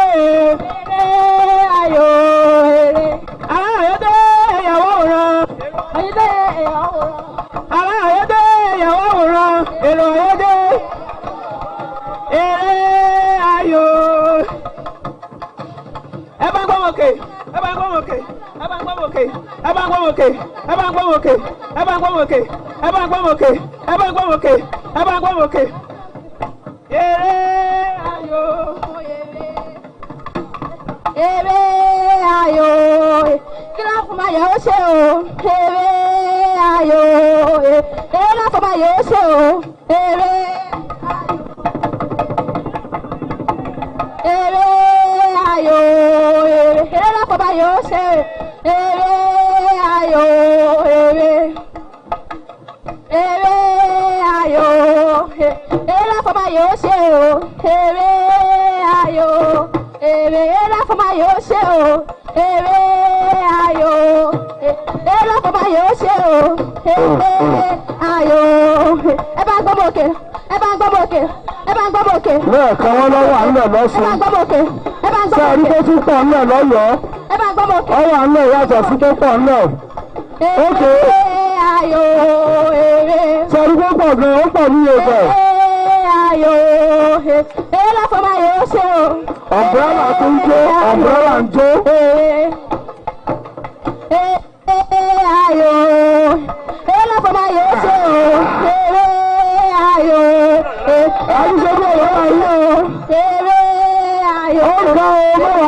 ní cultural center nípínlẹ̀ Ọ̀yọ́. Ayò èrè láfọmọ yóò ṣe o. Èrè ayò. Orí mi sì rí. Ẹ bá gbọ́ bòkè. Ẹ bá gbọ́ bòkè. Ẹ jẹ́ ọmọ ọmọ Ẹ bá gbọ́ bòkè. Ẹ bá gbọ́ bòkè. Àdìsọ́bí Ọ̀yọ́ láàrin òní. Ẹ bá gbọ́ bòkè. Ẹ bá gbọ́ bòkè. Ẹ bá gbọ́ bòkè. Ẹ bá gbọ́ bòkè. Ẹ bá gbọ́ bòkè.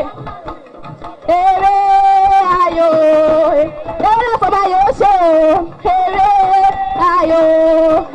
Èrè láfọmọ yóò ṣe o. Èrè ayò. Bẹ́ẹ̀ni. Èrè láfọmọ yóò ṣe o. Ìnìyàn gé ń sọ̀rọ̀. Ìnìyàn ń sọ̀rọ̀. Èrè láfọmọ yóò ṣe o. Èrè ayò. Èrè láfọmọ yóò ṣe o. Èrè ayò. Èrè láfọmọ yóò ṣe o. Èrè ayò. Ẹ bá gbọ́ bòkè. Ẹ bá gbọ́ bòkè. Ẹ bá gbọ́ bòkè. Ẹ bá gbọ́ bòkè. Ẹ bá gbọ́ bòkè. Ẹ bá gbọ́ bòkè. Ẹ bá gbọ́ bòkè. Ẹ bá gbọ́ bòkè. Ẹ bá gbọ́ bòkè. Ẹ bá gbọ́ bòkè. Ẹ bá gbọ́ bòkè. Ẹ bá gbọ́ bòkè.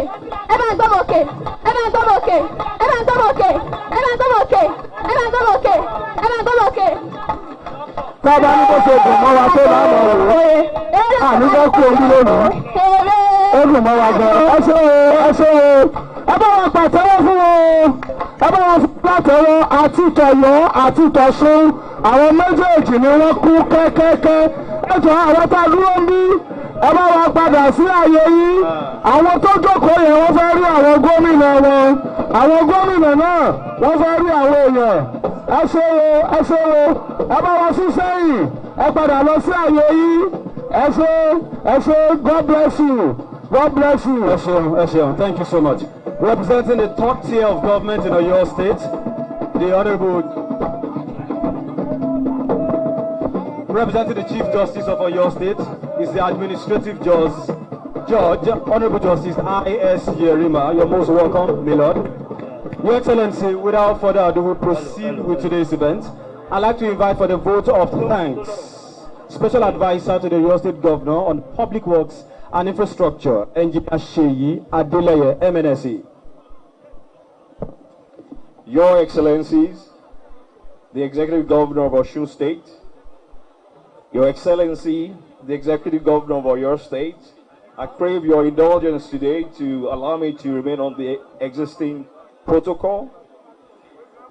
Distinguished guests, ladies and gentlemen, Eku idide o, gbogbo. For those who journeyed it far, Eku abo sórí ètò yìí. For those hosting us here today, Eku ile o.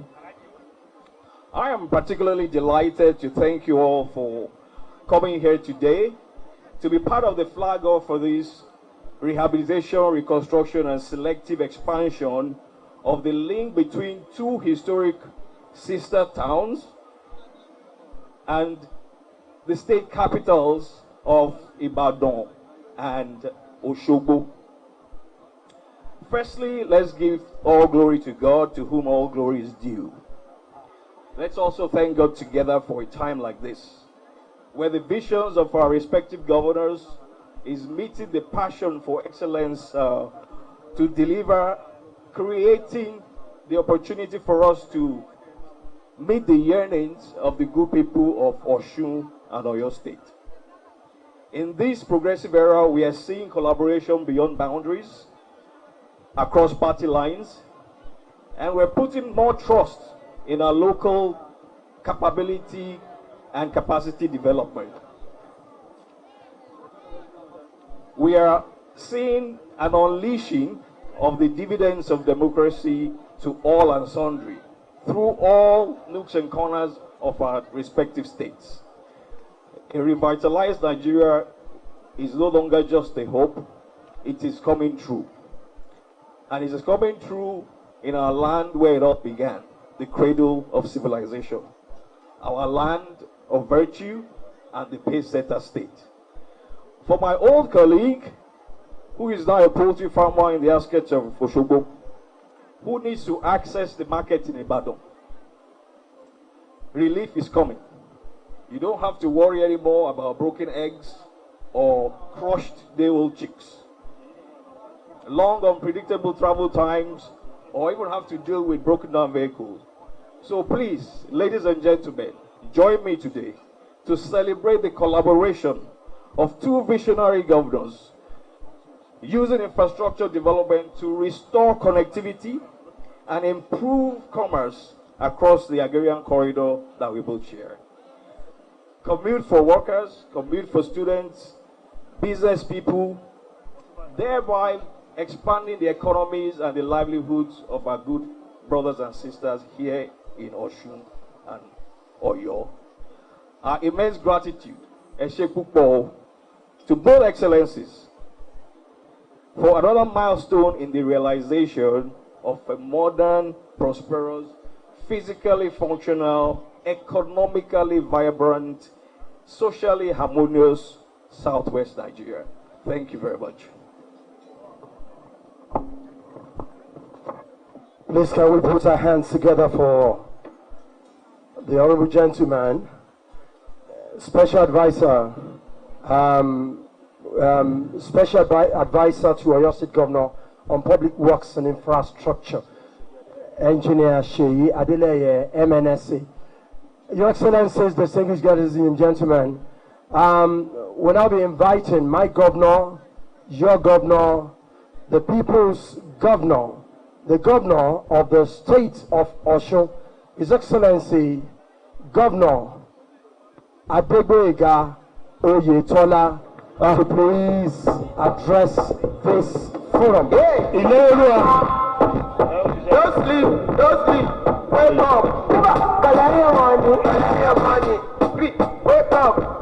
Collect your money, wake up. Tera, go get the moolah. Wake up, don't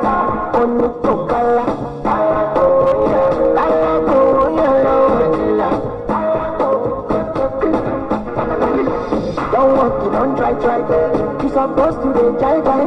Kill him, come before person, my town, person we don't mind, boy.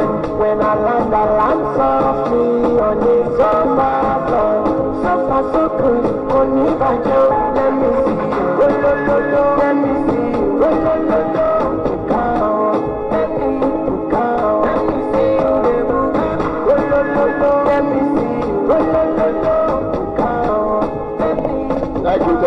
Thank you.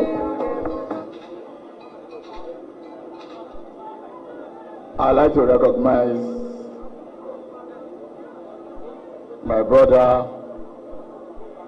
the Executive Governor of Oyo State, Engineer Seyi Makinde. Thank you very much for being here. I recognize my darling wife, Mrs. Oyetola, the Deputy Governor of Oyo State, Chief Adegboyega.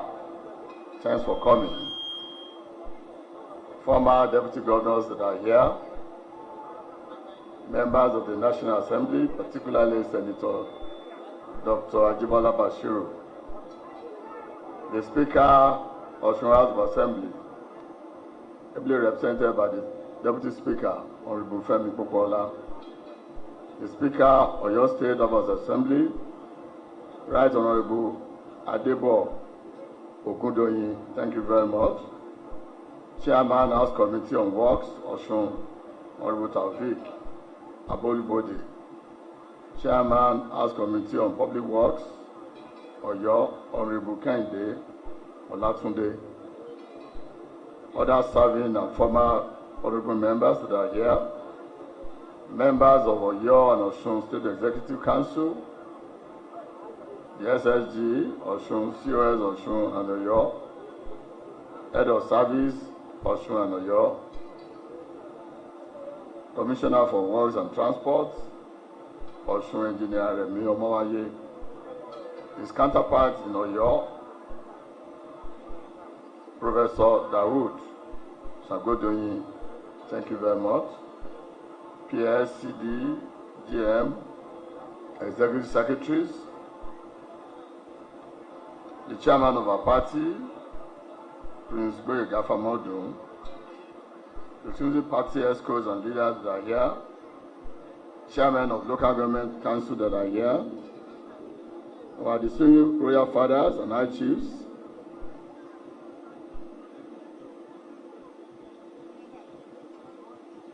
I have Kabiyesi, Olubadan of Ibadan land, ably represented by Osi Olubadan, Ọba Edi Oyewole, Baba Mokiyo, Ajiri Amajeo, Oluwo of Iwo land, Ọba Abraham Street, Adewale Akanbi, Telu 1.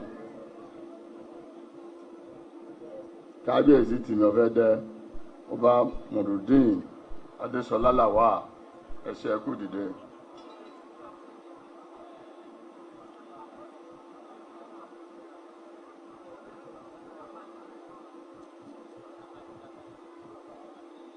Ọ̀kẹ́rẹ́ of Saki. I've been cracking my brain. My apology. Ọ̀kẹ́rẹ́ Osaki Ọba Dr.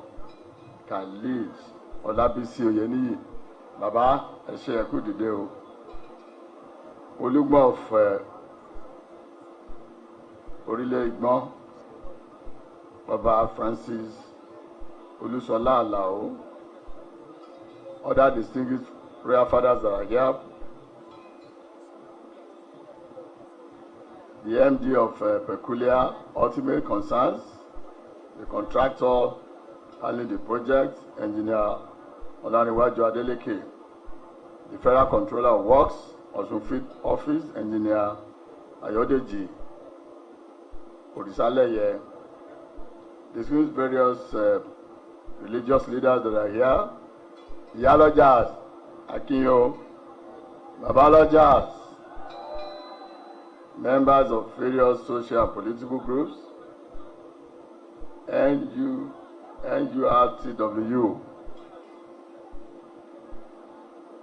and Ritian. I greet you.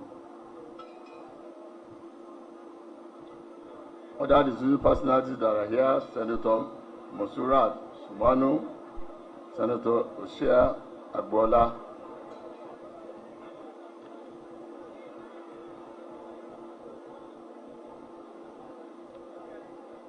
I have other royal fathers. I have 2 lists.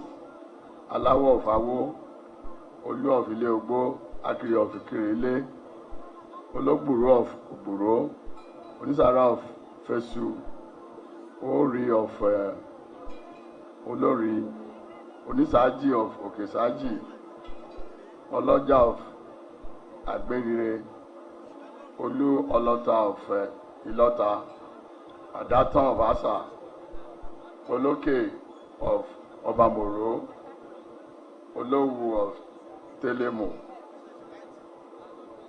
Olowu of Ilemowu, Olu of Ileogbo, Olu of Akinyele, Agbodowa of Fori Taje, Aseru of Zero, Olukitibi of Kitibi, Oloke Ibukun of Alayimora Kingdom.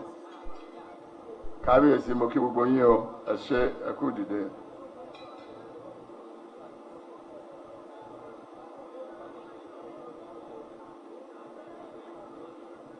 I think I'm done with the protocol. Members of the First Lady Entourage, security operatives, gentlemen of the press, distinguished ladies and gentlemen.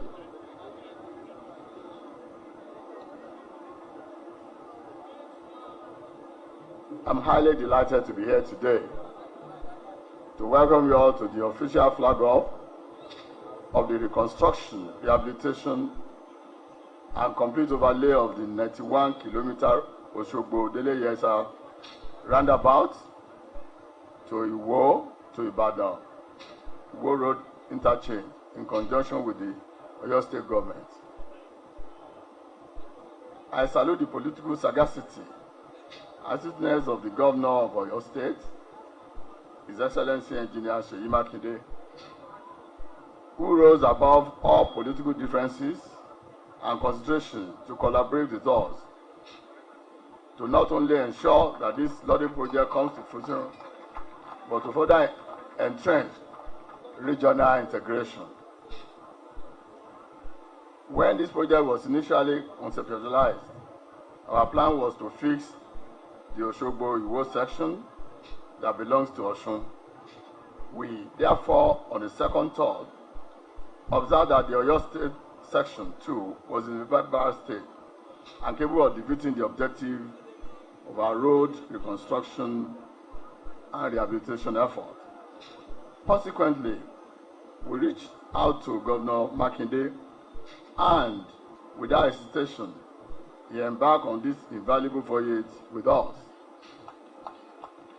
I must therefore reiterate that, but for the tenacity of my counterpart from Oyo State and his understanding, this was a collaborative project without becoming reality today.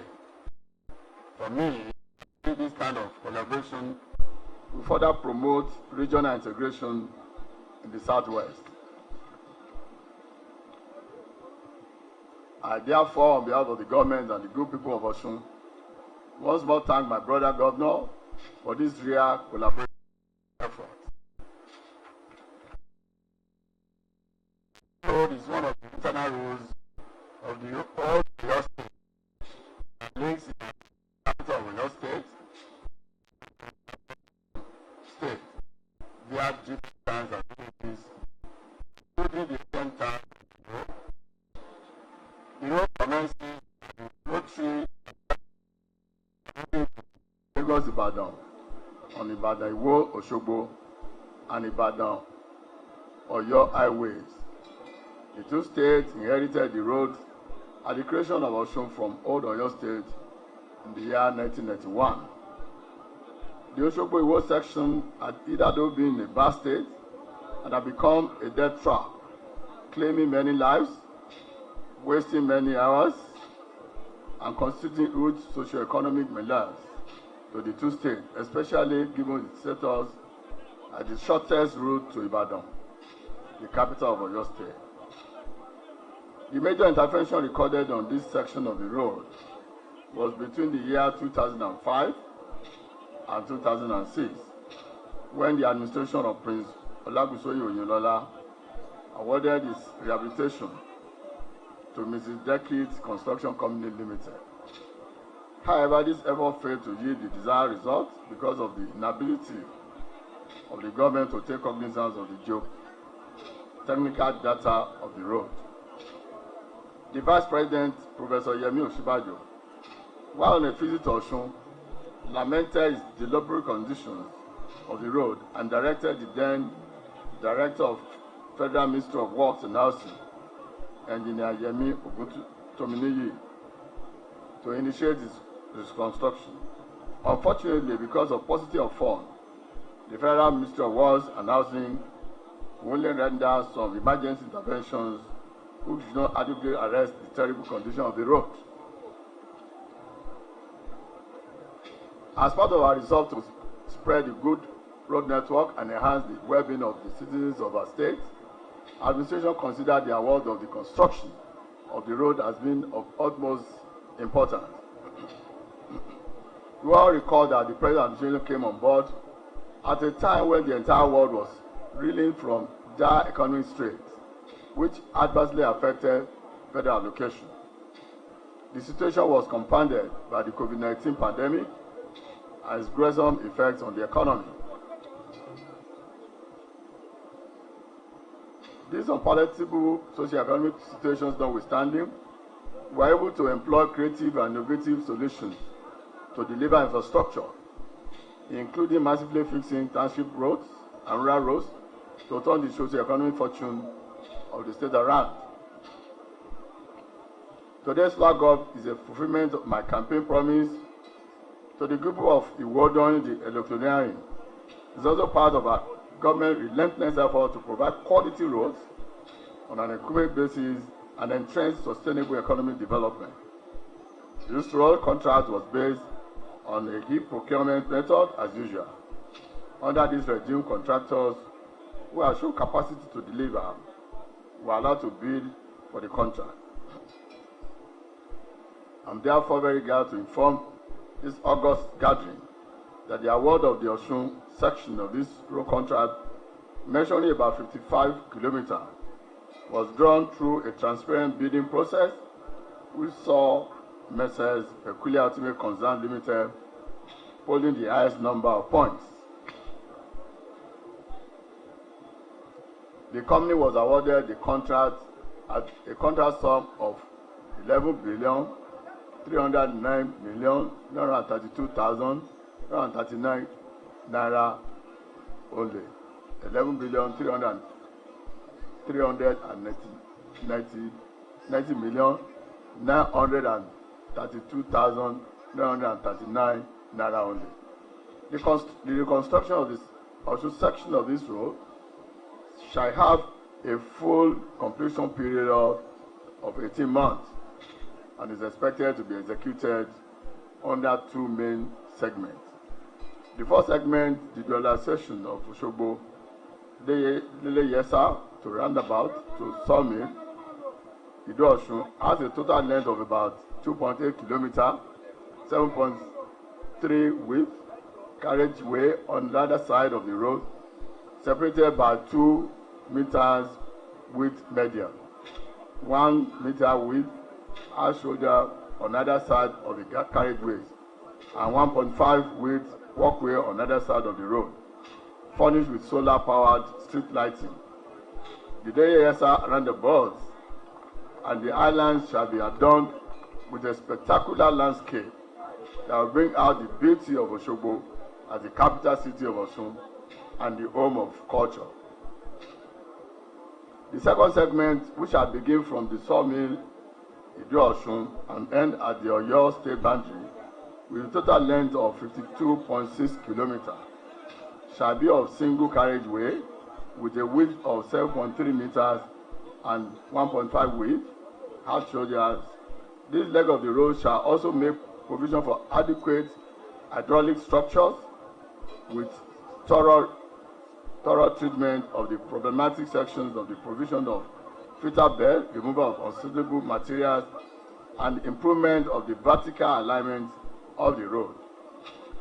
In general, the road, which has the best alignment in the entire southwest, shall be completely overlaid after all the necessary problematic sections have been treated. This road project will no doubt further boost the socio-economic activities of our states, especially because it is an addition to the massive road networks our administration has unleashed on the state. It is our hope that the immediate benefiting towns and other parts of the state will take advantage of the road for personal economic gains. Having seen and experienced what we have been able to do with the legal resources at our disposal, I want to appeal to our people to continue to pay their taxes regularly so as to enable the state government get more revenue to further grow and develop the state, especially in the area of durable infrastructure. I urge the road users within and outside Osun and Oyo State to make judicious use of this road by desisting from any act capable of undermining its desired purpose. Let me use this medium to appeal to our citizens of Osun and Oyo to be mindful of acts that can provoke flooding in the state. We should avoid indiscriminate dumping of refuse in the drainages and on our waterways. Let us collectively protect our environment and infrastructure for our collective good. As I conclude, I want to reaffirm that by the special grace of Almighty Allah, I shall be the one to commission this road by the time it's completed. It is now my privilege and honor to flag off this 91-kilometer Osogbo Yesa roundabout, Ibadan Road interchange project, to the glory of Almighty God and the safe use. Ọ̀dọ̀ gbòǹgbò tí rìn tomitomi, ọ̀dọ̀ ẹ̀gbẹ́ ọ̀dọ̀ wọn ò rí nǹkan kan pa àbọ̀dé ọ̀dẹ abẹ̀rin yàngìyàngì. Ẹ̀yin èèyàn, wọn ò ní sáré ìjà lọ́lọ́ ni mo fẹ́ tó ní kálukú ọ̀fẹ́ tí gbéyàwó ọ̀rọ̀. Ẹnjìnìà Seyi ọmọ Makinde. Adegboyega Oyetola ẹ dọ́kun ẹ̀yin èèyàn ẹ jẹ́ afetí kóyàwó ọ̀rọ̀ ẹ̀gbọ́n ẹ jẹ́ kó ní kálukú fetí gbéyàwó ọ̀rọ̀ ní ọjọ́ kẹ́ni àná mo kọ́kọ́ ń gbọ́ ọmọ Makinde ń pín wọ́n ń daṣẹ́lẹ̀ ní nọ́tẹ́kì nípínlẹ̀ Ọ̀ṣun àti tọ̀ṣun ó ní tó bá di tìpínlẹ̀ Ọ̀yọ́ ìyàtọ̀ ọba ẹ dẹ́kun ẹ farabalẹ̀ díẹ̀ ẹ jẹ́ kó ní kálukú òfin ti gbéyàwó ọ̀rọ̀ mo wá ronú títí mo ní Àlàó Àkàlà ọmọ Ògbómọ̀ṣọ́ ó ṣe títí tí oyin ní bẹ nípínlẹ̀ Ọ̀ṣun pa ó di kìtì ìgbò tó yá ó dorí iṣẹ́ àtà Abíọ́lá ọba Ajímọ̀bí ó tó di kọ̀ mọ̀ wá wọ̀ APC ní bẹ nípínlẹ̀ Ọ̀ṣun ọlọ́bùrẹ́là ní bẹ nípínlẹ̀ Ọ̀yọ́ ọ̀pẹ́wò lọ́mọ Mákindé fẹ́ dá àfìgbà tí wọ́n fetí kóyàwó ọ̀rọ̀ wọ́n wá ní nautech di tìpínlẹ̀ Ọ̀yọ́ nìkan mọ̀ wá ní ẹ farabalẹ̀ ẹ dẹ́kun ẹ̀yin èèyàn mo wá ní ọmọ ìgbósùpà fún Seyi ọmọ Mákindé ẹ kọ́kọ́ kí Gbóyèga Oyètọ́lá pópó ọmọ Akínṣe ẹ̀yin èèyàn ìyẹ̀wò àtúpọ̀jọ́ kẹ̀pọ̀ sùn mo tún gbọ́ wípé wọ́n bá ṣe títì láti ìlú Òṣogbo bàlúùwò tẹ débàdàn ẹ̀wọ́ máa gbọ́ ta ni mo tún wá fẹ́ sọpẹ́ fún Olúwo fìwò Olúwo mọ̀ ń lọ nípínlẹ̀ Ọ̀ṣun mọ̀ ń lọ sọ́bọ̀ òkun mo rí Olúwo níbi ẹ ti dúró tí ẹ ti ń fi tí odidi sìmẹ́ǹtì di ojú ọ̀nà ẹ wá gbọ́ ẹ̀yin èèyàn ó ní tí oyin rí tí ẹ fi ń ṣàfárá Oyètọ́lá ó ní tí agbérí tí òfin ní oró nídìí àìkọ́wọ́ rẹ̀ mẹ́jọ ní fi kú pawọ́ Oyètọ́lá Seyi Mákindé ó tẹ́ fi lélẹ̀ yí orúkọ yóò ní parẹ́ sàmì àṣẹ tọmọdé tàgbà tí wọ́n bẹ ń bí ẹnáwó ṣíṣe yìí àti Gbóyèga Oyètọ́lá ẹ̀mọ́ wípé kò ṣe Seyi ọmọ Mákindé Gbóyèga Oyètọ́lá ọmọ ọbẹ̀ níbẹ̀ṣu abẹ níbẹ̀rẹ̀ olówó abẹ́lẹ́sẹ̀ wọn abẹ́nàwó èyàn tó ní ọkọ̀ àdàmúbẹ́rẹ́ ilá èyàn tó ní oyè gbọ́dọ̀ lápadà ọkàn báyọ̀ sẹ́yìn òkú lónìí ọdún jẹ́mọ̀dínlọ́gbọ̀n òní ọ̀rọ̀ ni ó gbé lọ èyí tí mo wí ara ọ̀rọ̀ mọ tipẹ́tipẹ́ ilé ẹ̀mọ̀ ọbẹ̀ níbẹ̀ṣu abẹ níbẹ̀rẹ̀ ẹwọ́ dúró torí wọn mọ̀ rè wọ́n mọ̀ lọ àdúgbò wa wọ́n mọ̀ rà àdúgbò wa ẹwọ́ bá mi gbèrè àbẹ́ ìgbèrè Oyètọ́lá ọba gbèrè àbẹ́ ìgbèrè ẹ máa pé kọ́lọ́mọ̀jà àsúrà wa kọ́lọ́mọ̀jà àsúrà wa èrò àsìkò ìsúnmọ́mì ní kọ́lọ́mọ̀jà àsúrà wa àsúrà tó ká ìsọ́lẹ̀ owó alẹ́ òní jẹ́ àsúrà wa. Thank you very much.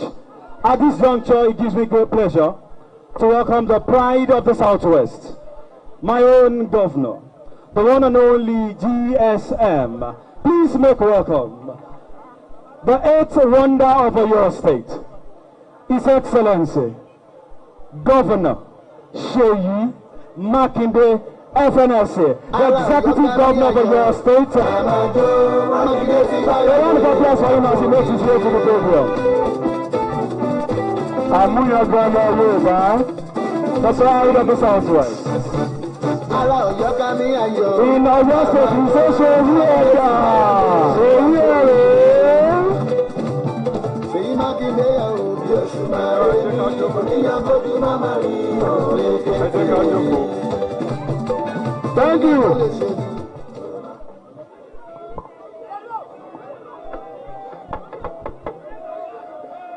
Ẹ ṣeun.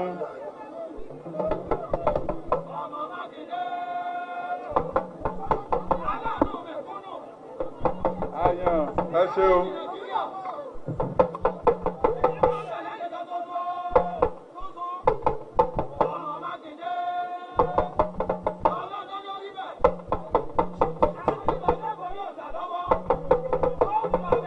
Ẹ ṣeun àyàn. Mi ò mọ̀ pé ẹ tún tẹ̀lé wa dé Òṣogbo.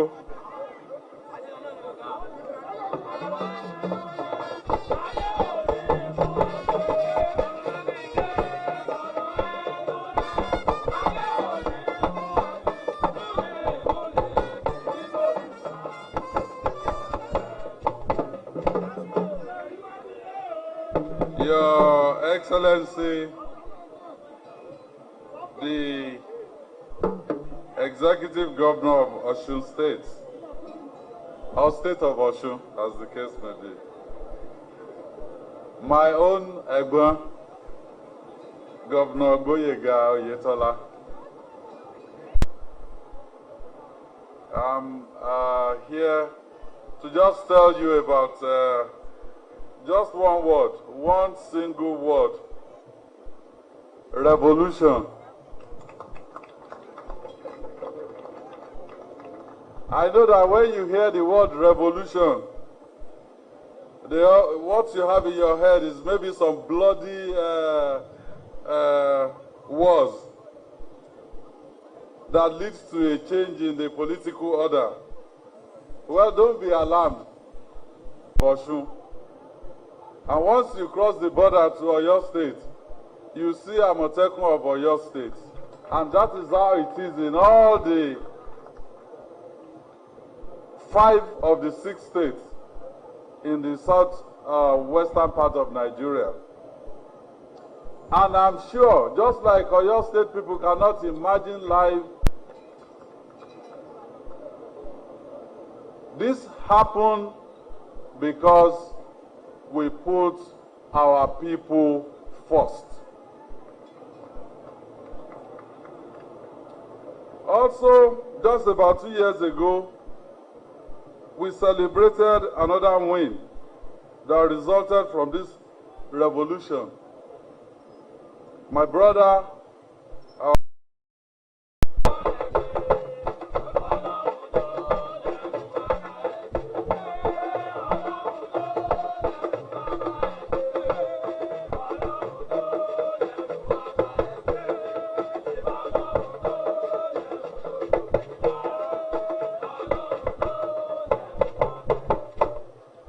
during campaign wa ní 2019 nìyẹn ní Ọ̀yọ́ State, because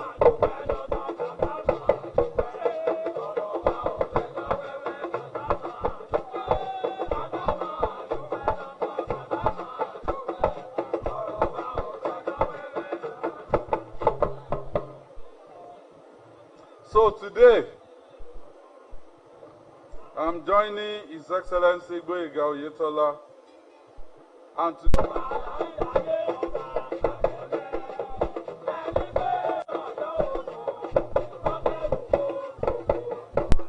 so the revolution we are leading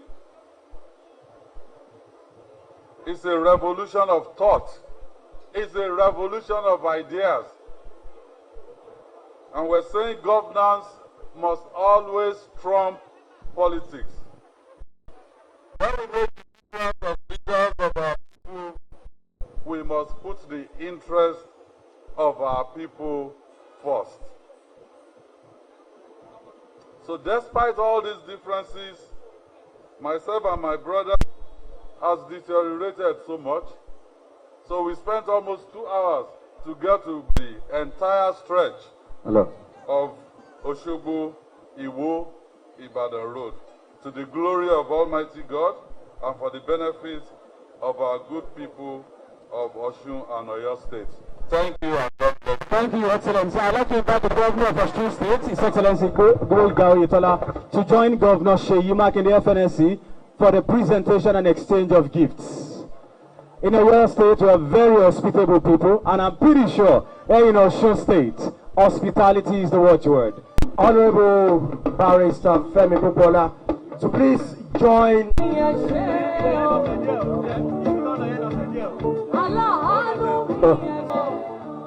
I'm not trying to retaliate.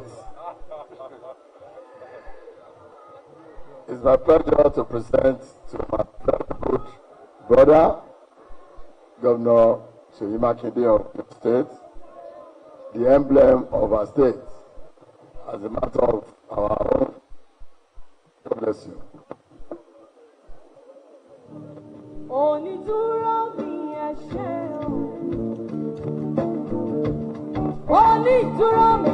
ṣé o,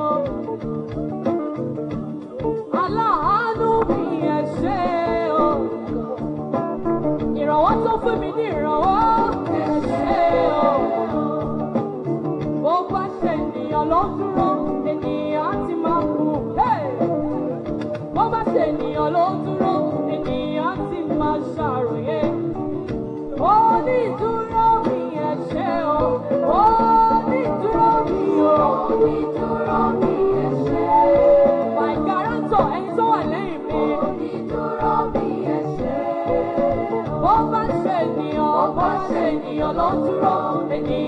máa kó wá tí máa ti rẹ̀gún wọ́n bá ṣe ènìyàn ló dúró ènìyàn á ti máa ti rẹ̀gún ó ní ìdúró mi o ìdúró mi ẹ ṣé o aláàánú mi ẹ ṣé o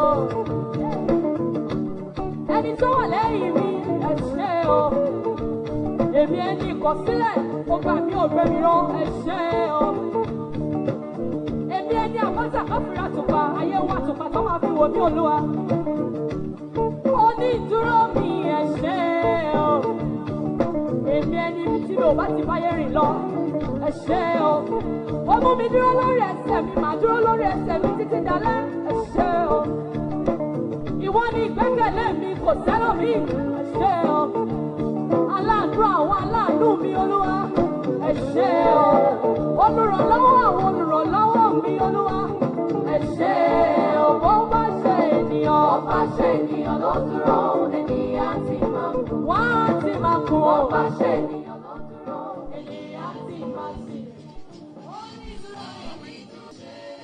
ṣá máa sì wá lọ ṣá máa sì wá lọ olúwa ṣá máa sì wá lọ.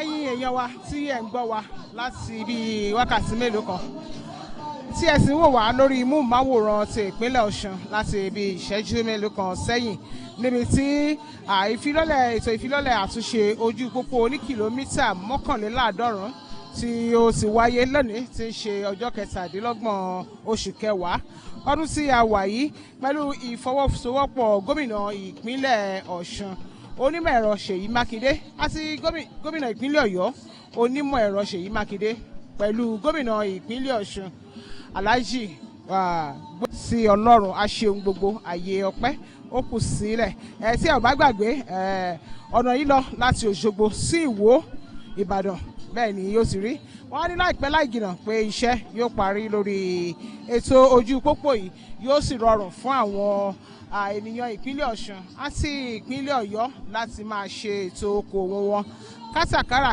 lílọ bíbọ̀ wọn pẹ̀lú ìrọ̀rùn ètò àbúwá kí ó tún dúró déédéé bẹ́ẹ̀ náà ni lílọ bíbọ̀ kátàkárà yóò tún rọrùn ní ìpínlẹ̀ méjèèjì àwọn gómìnà méjèèjì wọ́n fi àkókò yìí rọ gbogbo ará ìlú láti wà pẹ̀lú gbogbo àwọn olùṣiṣẹ́ àwọn tí ó gba iṣẹ́ àkànṣe yìí pé kí àwọn aráàlú ká jọ̀wọ́ kí a fọwọ́sowọ́pọ̀ pẹ̀lú wọn kí a rí wípé a mú òfin ìrìnnà lò ní àkókò yìí kí a sì farada gbogbo ohun tí ó bá lọ láti jẹ́ kí ojú ọ̀nà ìmọ̀ ẹ̀rọ Olúwatóyìn Owójayé ni mo ń kí gbogbo wa pé a kú àtàárọ̀ àkúṣẹ́ iṣẹ́ wa báyìí kò ní dìṣẹ́ lágbára Ọlọ́run.